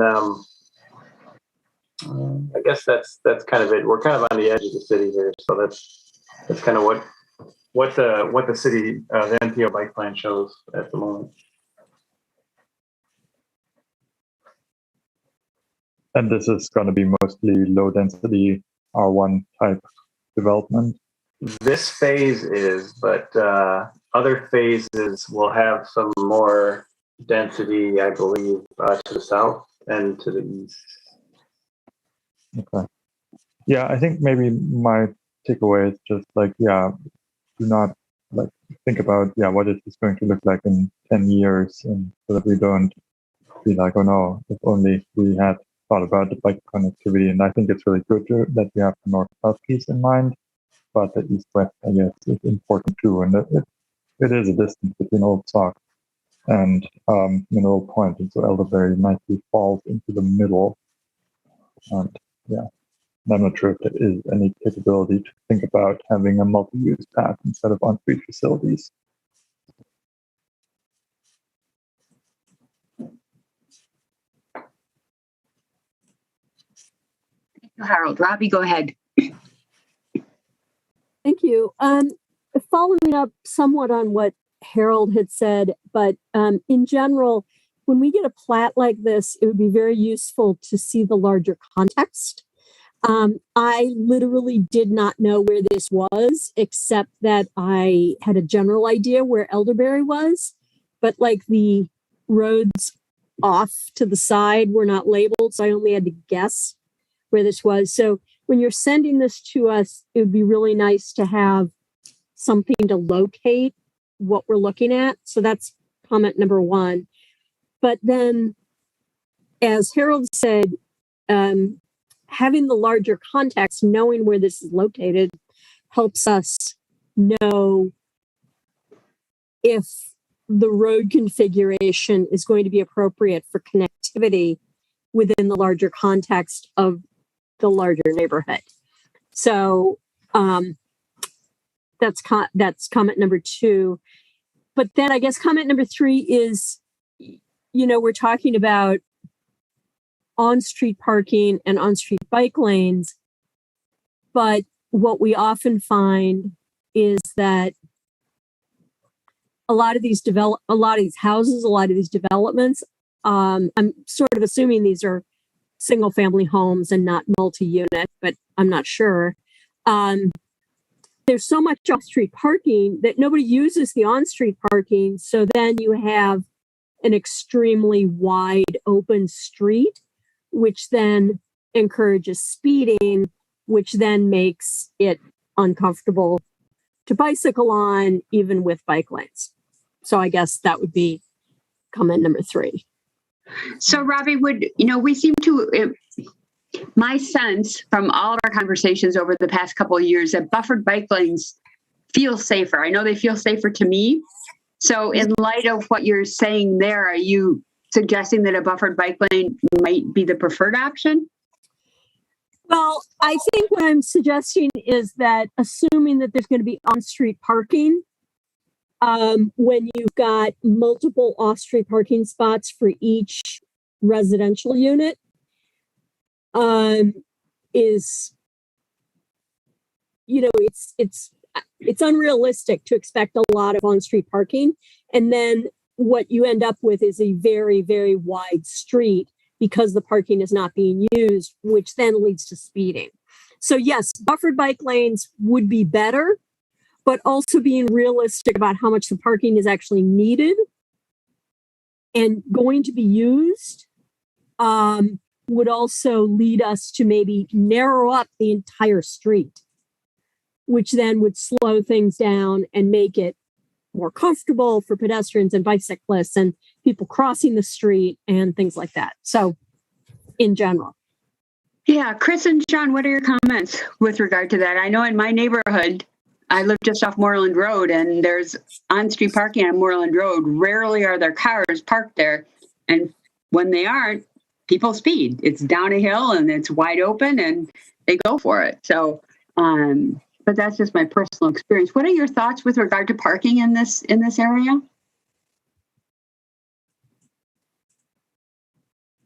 I do know that the developers are very interested in maintaining parking as they're selling these products.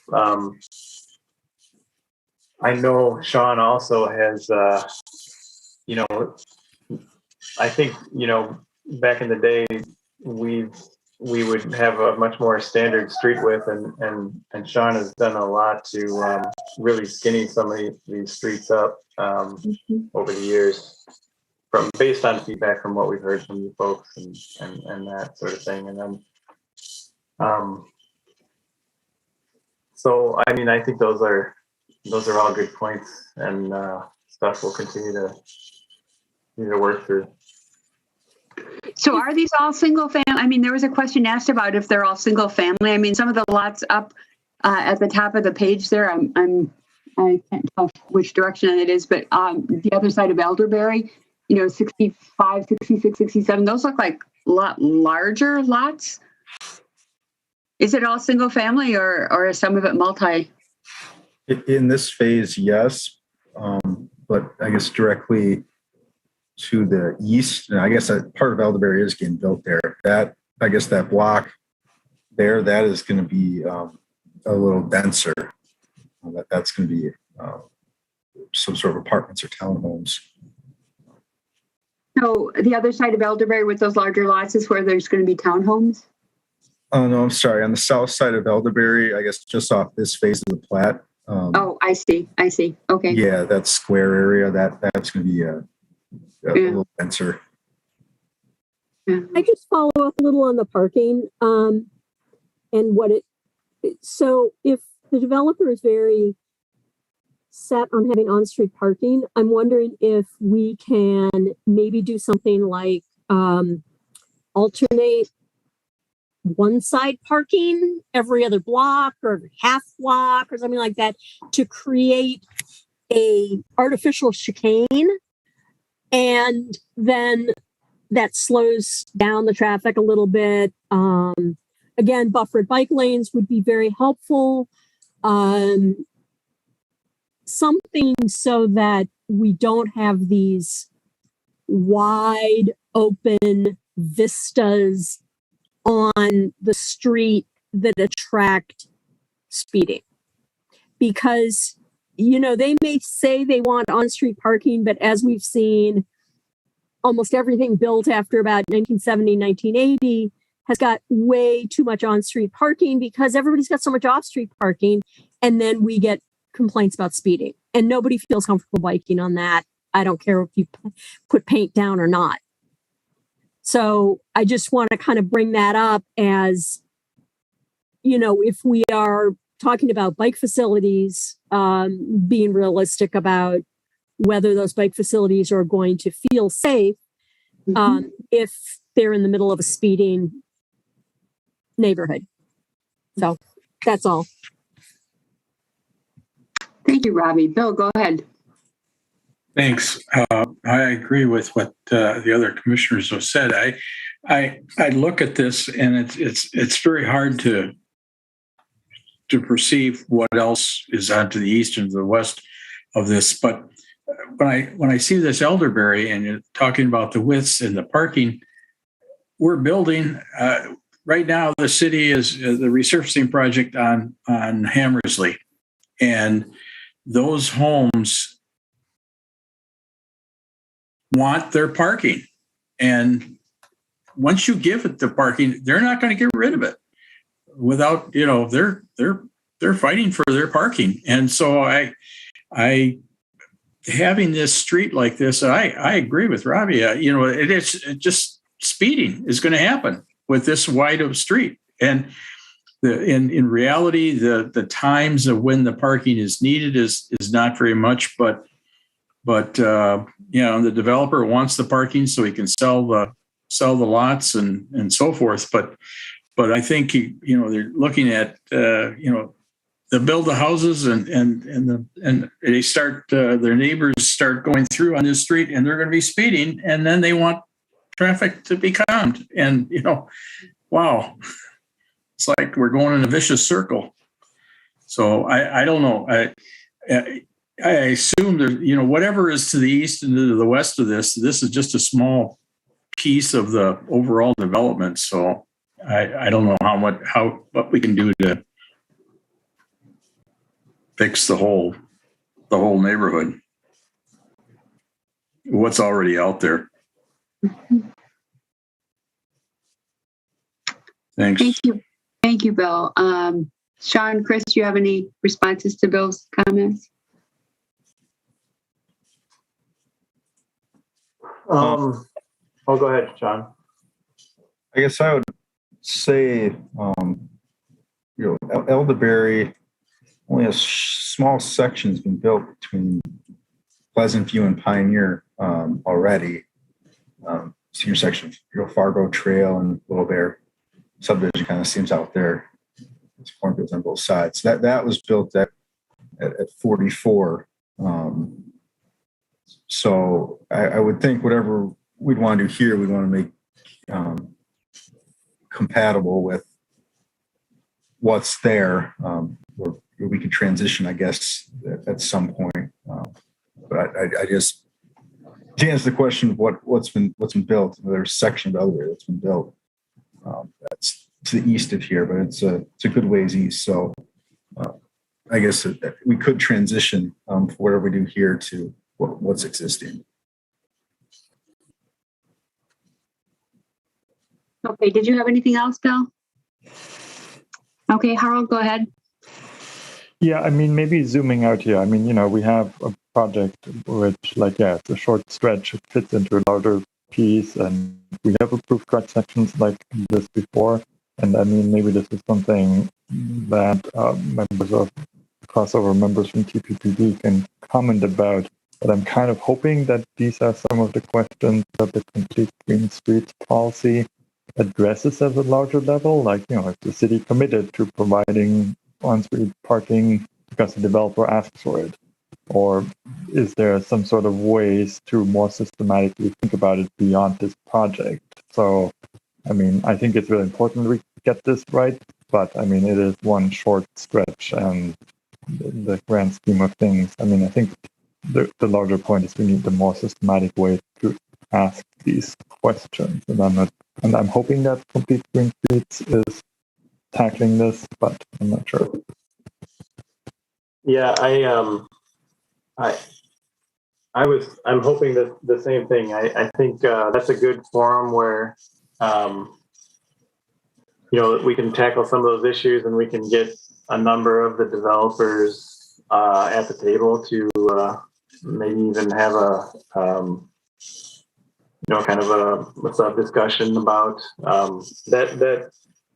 That was one of the strategies I was hoping to tackle with that project, because I know this is gonna just keep coming up, and we need to, we have some of those cross sections in that Madison and Motion plan, but we haven't used them on a new plat yet, and some of these folks have had approved plats and with certain right-of-way widths and with kind of certain expectations, and I think it'll be good if we can kind of work out some of those issues, hopefully with that report.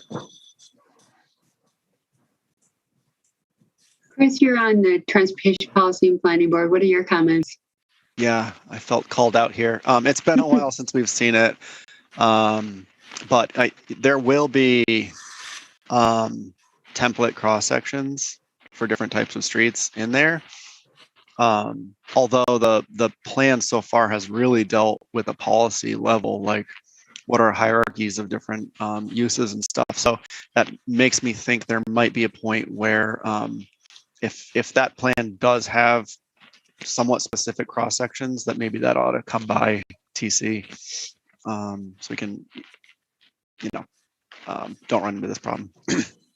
Chris, won't that come up in the typology as we're looking at the proposed, what each type of street is supposed to look like? Yep, that's what I'm thinking. Okay. Yang, go ahead. Chris and I are right on that. So we actually start working on that. So we'll bring that to INE's TPVV as we move on, and talking about different streets and what might be typical design for that.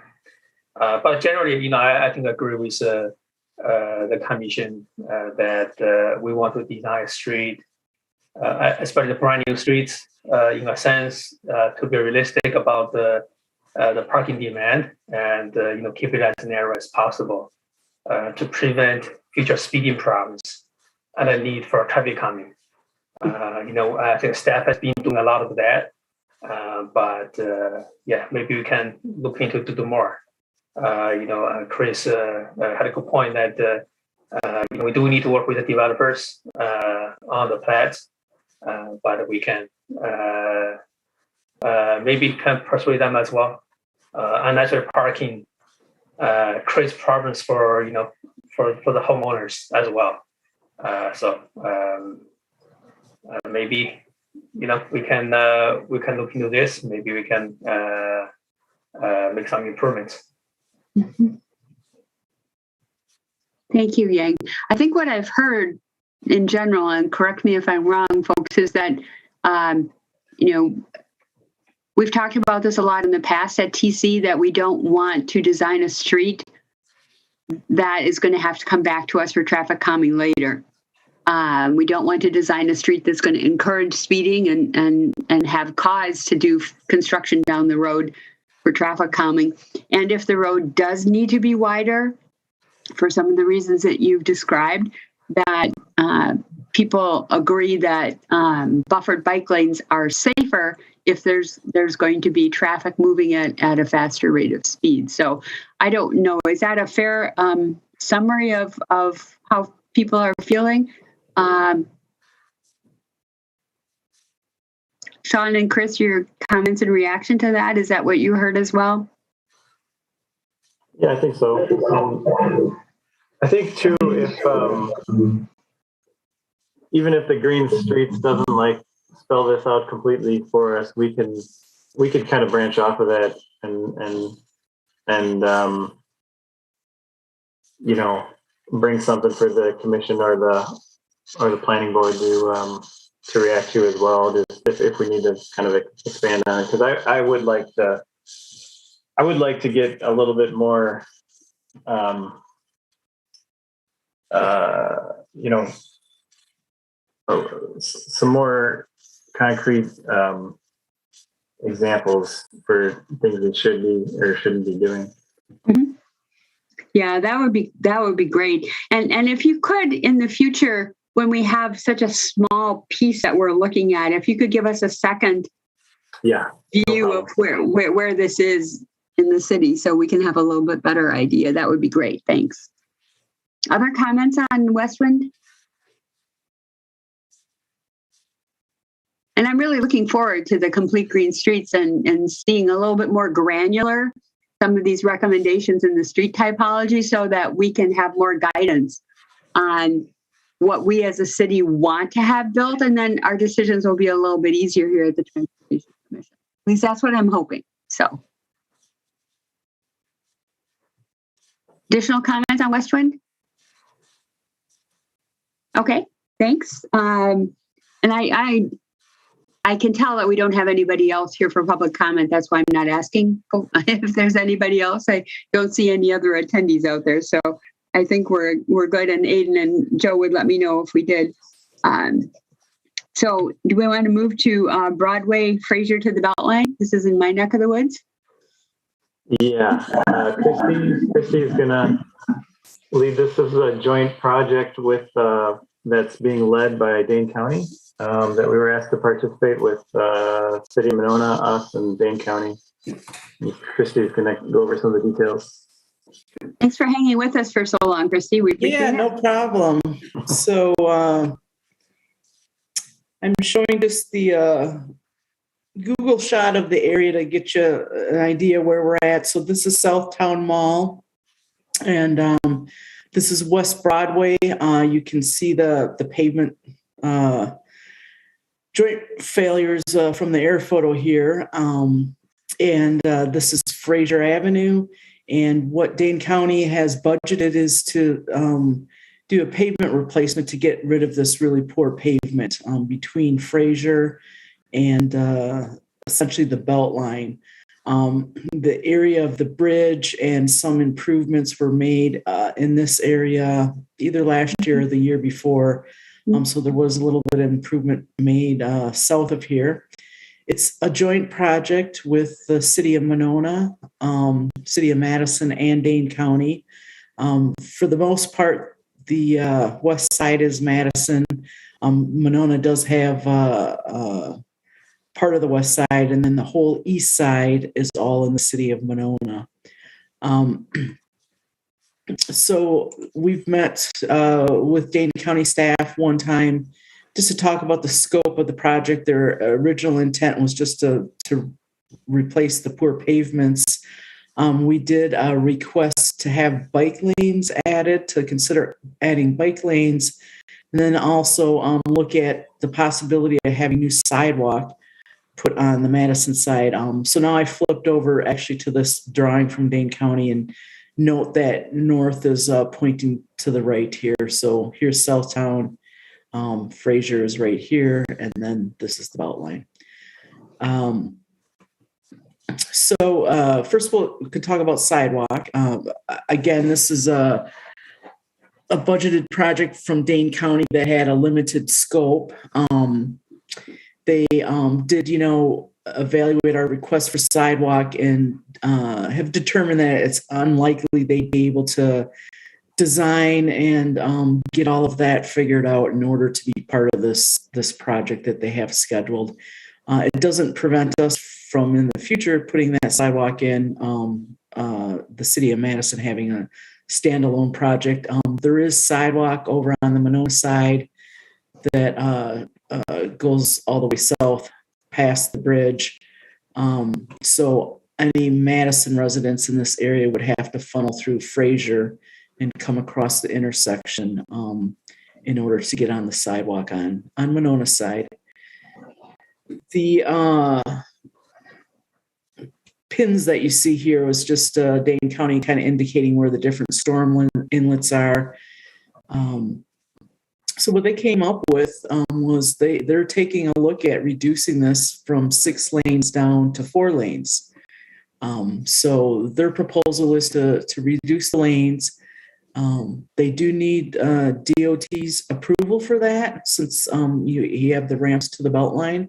And they do have a meeting set next week to review this with the DOT, and the DOT is also looking at, how the intersections work and are modeling that.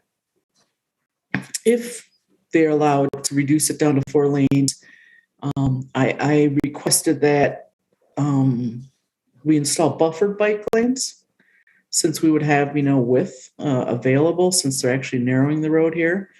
And I requested to look at a 3-foot buffer for the bike lanes.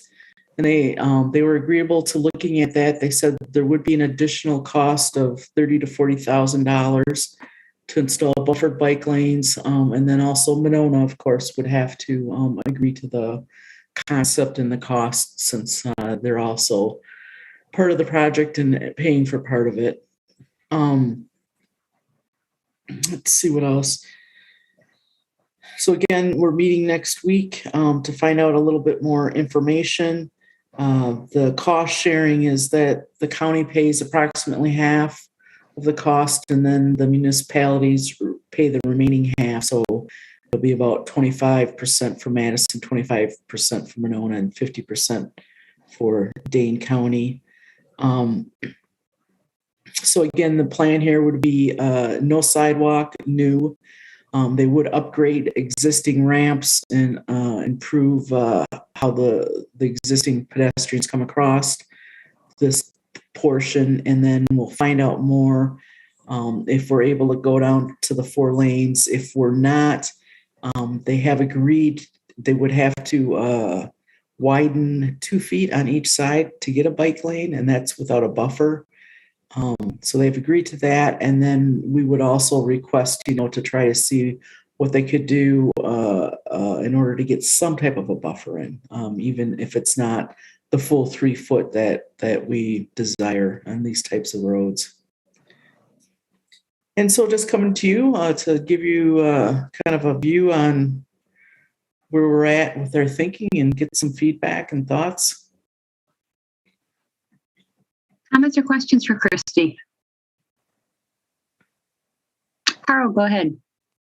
Yeah, thanks, Christy. I mean, I think there's some, I'm hopeful that reduction to 4 lanes can happen, and then having the buffer, it certainly helps. This is an important connection. I know when we did the bridge or the overpass, I know there were some discussions, and I don't know if you talked to Renee about this. I know she was part of that. There were some alders from Monona involved where, there was hope that as part of the bridge, there could be some improvements, having a sidewalk on both sides, for example, or is a lane reduction possible? So maybe picking up on some of those previous discussions might be helpful. And then, I think overall, the buffer is great while you're on there. I think the main issue is those conflict points where you have the on-ramp, people come from Broadway, turn right onto the off-ramp with this really wide turn radius, and they have to cross the bike lane.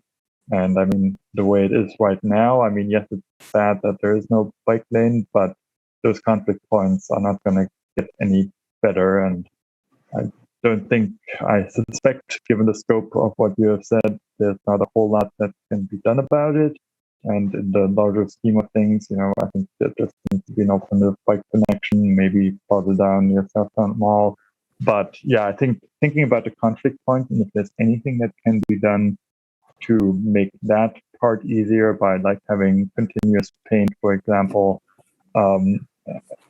across those on-ramps, I think that's going to be a key piece to make this feel like a somewhat safe connection. Thanks. All right, thank you. I'll talk to Renee. I haven't spoken to her, and generally, I don't all the folks over at Monona or their alders, but they generally seem very supportive of ped and bike facilities. Okay, other comments or questions for Christy? Bill, go ahead. Thanks. Christy, are you familiar with the WISTOT long-range plan that's currently underway right now of the Pell? Have you had any involvement with that? I have not, no. Or Chris? Yeah, I'm on that. Are you on it? Okay. And I just, not that I think this project is fine. You know, I don't not concerned at all. But I think among the things is the interchanges and whether this would have any. Certainly going back from 6 to 4 lanes, I guess, you know, kind of demonstrates if that modeling shows that the 6 is not needed, that this interchange is probably functioning probably okay then. But among the alternatives, and I think the state is, at least their consultant is drawn away or not, does not want to advance it, but a connection between John Knoll and Broadway, and because there is, for somebody that wants to get around the lake, you got to get on the Beltline, and that certainly would be to me, it would be a opportunity to do that. But I'm not sure what you folks think about that and how that would, not necessarily on this particular project, but the long range for this area. Yeah, I think. You know, they haven't made any decisions, and then I think their next step was to propose some of the concepts to advance for further study and some to not. And I suspect that this one might not get picked, particularly because of the traffic through the residential neighborhood that it might promote. But I'm not sure yet. I guess we'll have to see. Yeah. I guess I'm interested in what your folks thought about it. But to me, it was always, kind of there might be some environmental reasons, but I think, just it seems like trying to keep people, or it would be trying to get people not to use the Beltline for just going from one interchange to the next. Oh, sure. Yeah. Yeah. So something right in here, I think they were talking about. Right. Yeah, certainly the connectivity, we always try to promote more and more connectivity. And I this is going to come up a little bit before we adjourn, but I just thought I'd raise this just at this instant because we're talking about this interchange. So, but this is just a resurfacing project basically, right? So it's not really. Correct. Yeah, and again, if DOT determines that they won't allow it to go down to 4 lanes versus 6, at a minimum, we will definitely get a 5-foot bike lane in there, which isn't great, but it's better than nothing. And then we would push, to get a buffer in there. Along with, the new bike lane, just to give a little bit of more width, keep the bikes away from the motor vehicles. It'll be interesting how your conversation goes with the state then when you meet with them. Or the county. Is the county going to meet with them, or are you going with them? The county set the meeting up, and they did invite both Madison and Monona. So seems how you're paying for part of it. Yep. Yeah, great. Okay, thanks. Hey, thanks, Bill. Anybody have any other comments?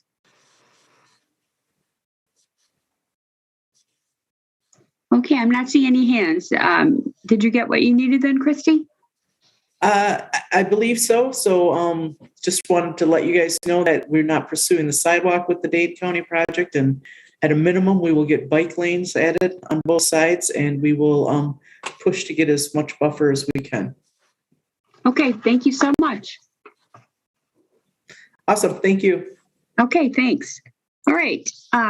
So next, Chris, you want to give us a report on Transportation Policy and Planning Board? Sure. I know it's late, but I will take a minute to update folks on the network, transit network redesign.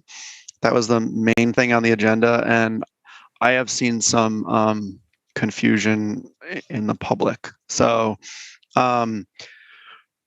just for recollection, earlier phase of the network redesign was sort of weighing the trade-offs of a new system that provided coverage to lots of places versus what was called a ridership model, which provides really good service to many places.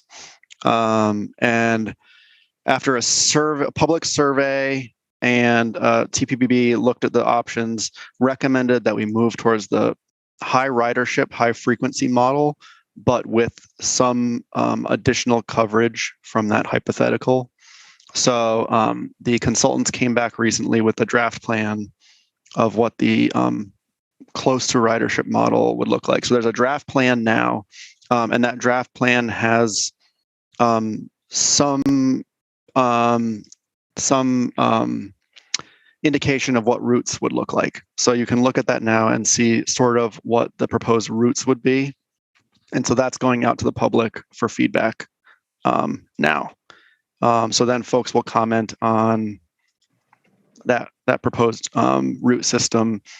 And then after that, eventually they'll work out all the details and put together like what the final proposed transit system will be. There are some neighborhood presentations I've noticed going on now. I know there was one at the north side, and a couple others I've seen. And then after feedback, the final recommendations are going to be due in late spring. So that's where that is. So feel free to take a look at the current draft plan. And then by the time that's finalized and actually gets put into play, it would obviously come here to TC, but that's some ways away. Thanks, Chris. I think we should ask Justin and Aiden to work with Justin or somebody over at Metro and send a link to the Transportation Commission. I sat through the Transportation Policy and Planning Board meeting, so I heard the presentation, but the materials are available online, and there are some meetings that are coming up. And Justin, if maybe we could shoot a link to the TC members, then they'll be able to look at what Chris is talking about and maybe participate in some of those meetings. And that way, Chris, maybe we can get up to speed with everybody up to speed with what you're talking about. Excellent. Because we're responsible for approving routes. And so, we need to know what's happening and how they're shifting and what's happening with BRT, et cetera. Harold, go ahead. Or Justin, excuse me, Harold. Justin, did you have a comment with regard to that? The only thing I was going to add was that I've had some discussions with Alder Foster and a few others about whether it might make sense to do the final approval of that plan as a joint TC and TPPB meeting. Mm-hmm. So I just wanted to flag that as a potential solution. That would make a lot of sense to me, Justin, because in the ordinance, TC is specifically responsible for approving routes. So getting us involved somehow would be great, but we'll let us know what comes, or if we need to get together in a quick meeting or something. Harold, go ahead. Sorry, I didn't mean to interrupt you there. Yeah, no, I was just going to recommend to other members of the commission. There's the report out there, which is very helpful, but as Chris has indicated, there maybe was some confusion and it's a long report and all of that. I found it really helpful to watch the TPPB meeting on this, and members of the board, as well as all those asked really good questions that helped me put this into perspective. So I think it is worthwhile looking at the recording and to supplement what you get in the report. Mm-hmm. Yeah, and that meeting's available. You can watch that online. So a very good suggestion. Thank you. Bill, go ahead.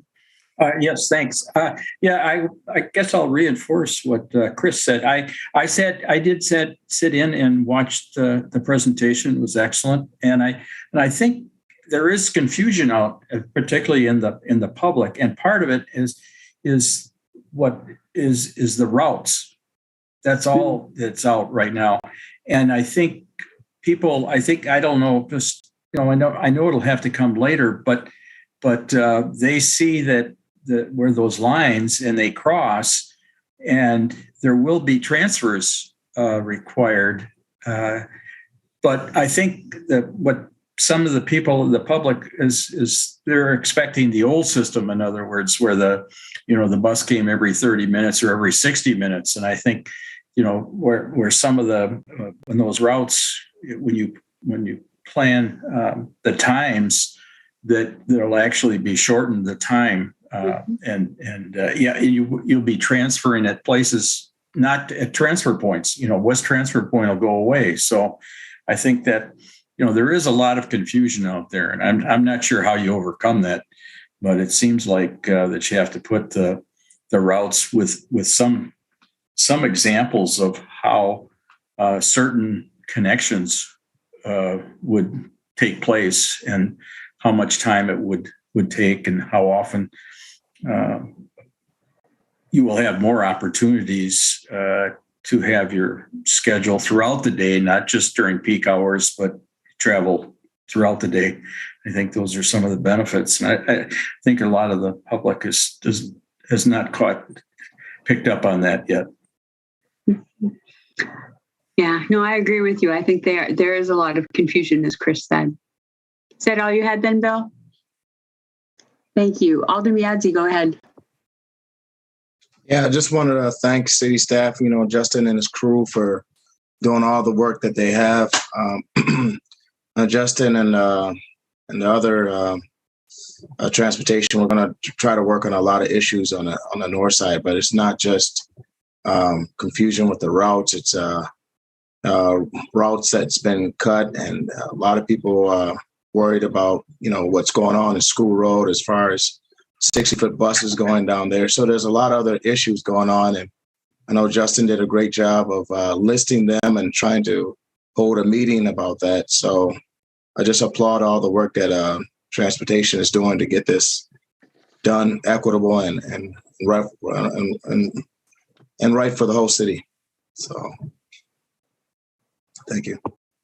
It's tough to keep up with because there's a lot of information, and I think a lot of the members of the public think in terms of what bus route they ride or bus routes they ride, and I don't think you can necessarily translate that right now, and so that might be where some of the confusion is coming from. Other comments or questions for Chris? Is that all you had, Alden Riadzi? Okay, thanks. Yes, thank you. Okay, great. Thank you very much, Chris. Announcements. As Bill mentioned, he was asked to represent the city by Tom Lynch as a citizen representative on the Madison Beltline Planning and Environmental Linkages Study meeting. So, Bill, if you could just give us a very brief, since we're a little bit late here, but it's an important initiative. And sure. Yeah, we're happy to have somebody from the Transportation Commission on it. So Tom Wilson from Policy and Planning is also on it. But there's all the communities around the Beltline have representatives on they call it, I think that what we're on is the Policy Advisory Committee or something like that. But then each of the agencies, city, county, MPO, will also are participating in this. This is really a long-range plan. It's to go out to 2050, so it's out there and giving ideas of the city or the state. Excuse me. This is a WISTA study on what they want to do.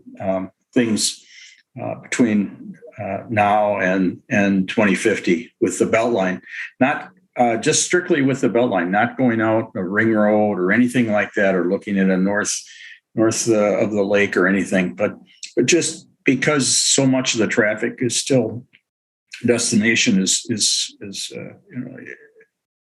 on the Beltline, and people will continue to need the Beltline.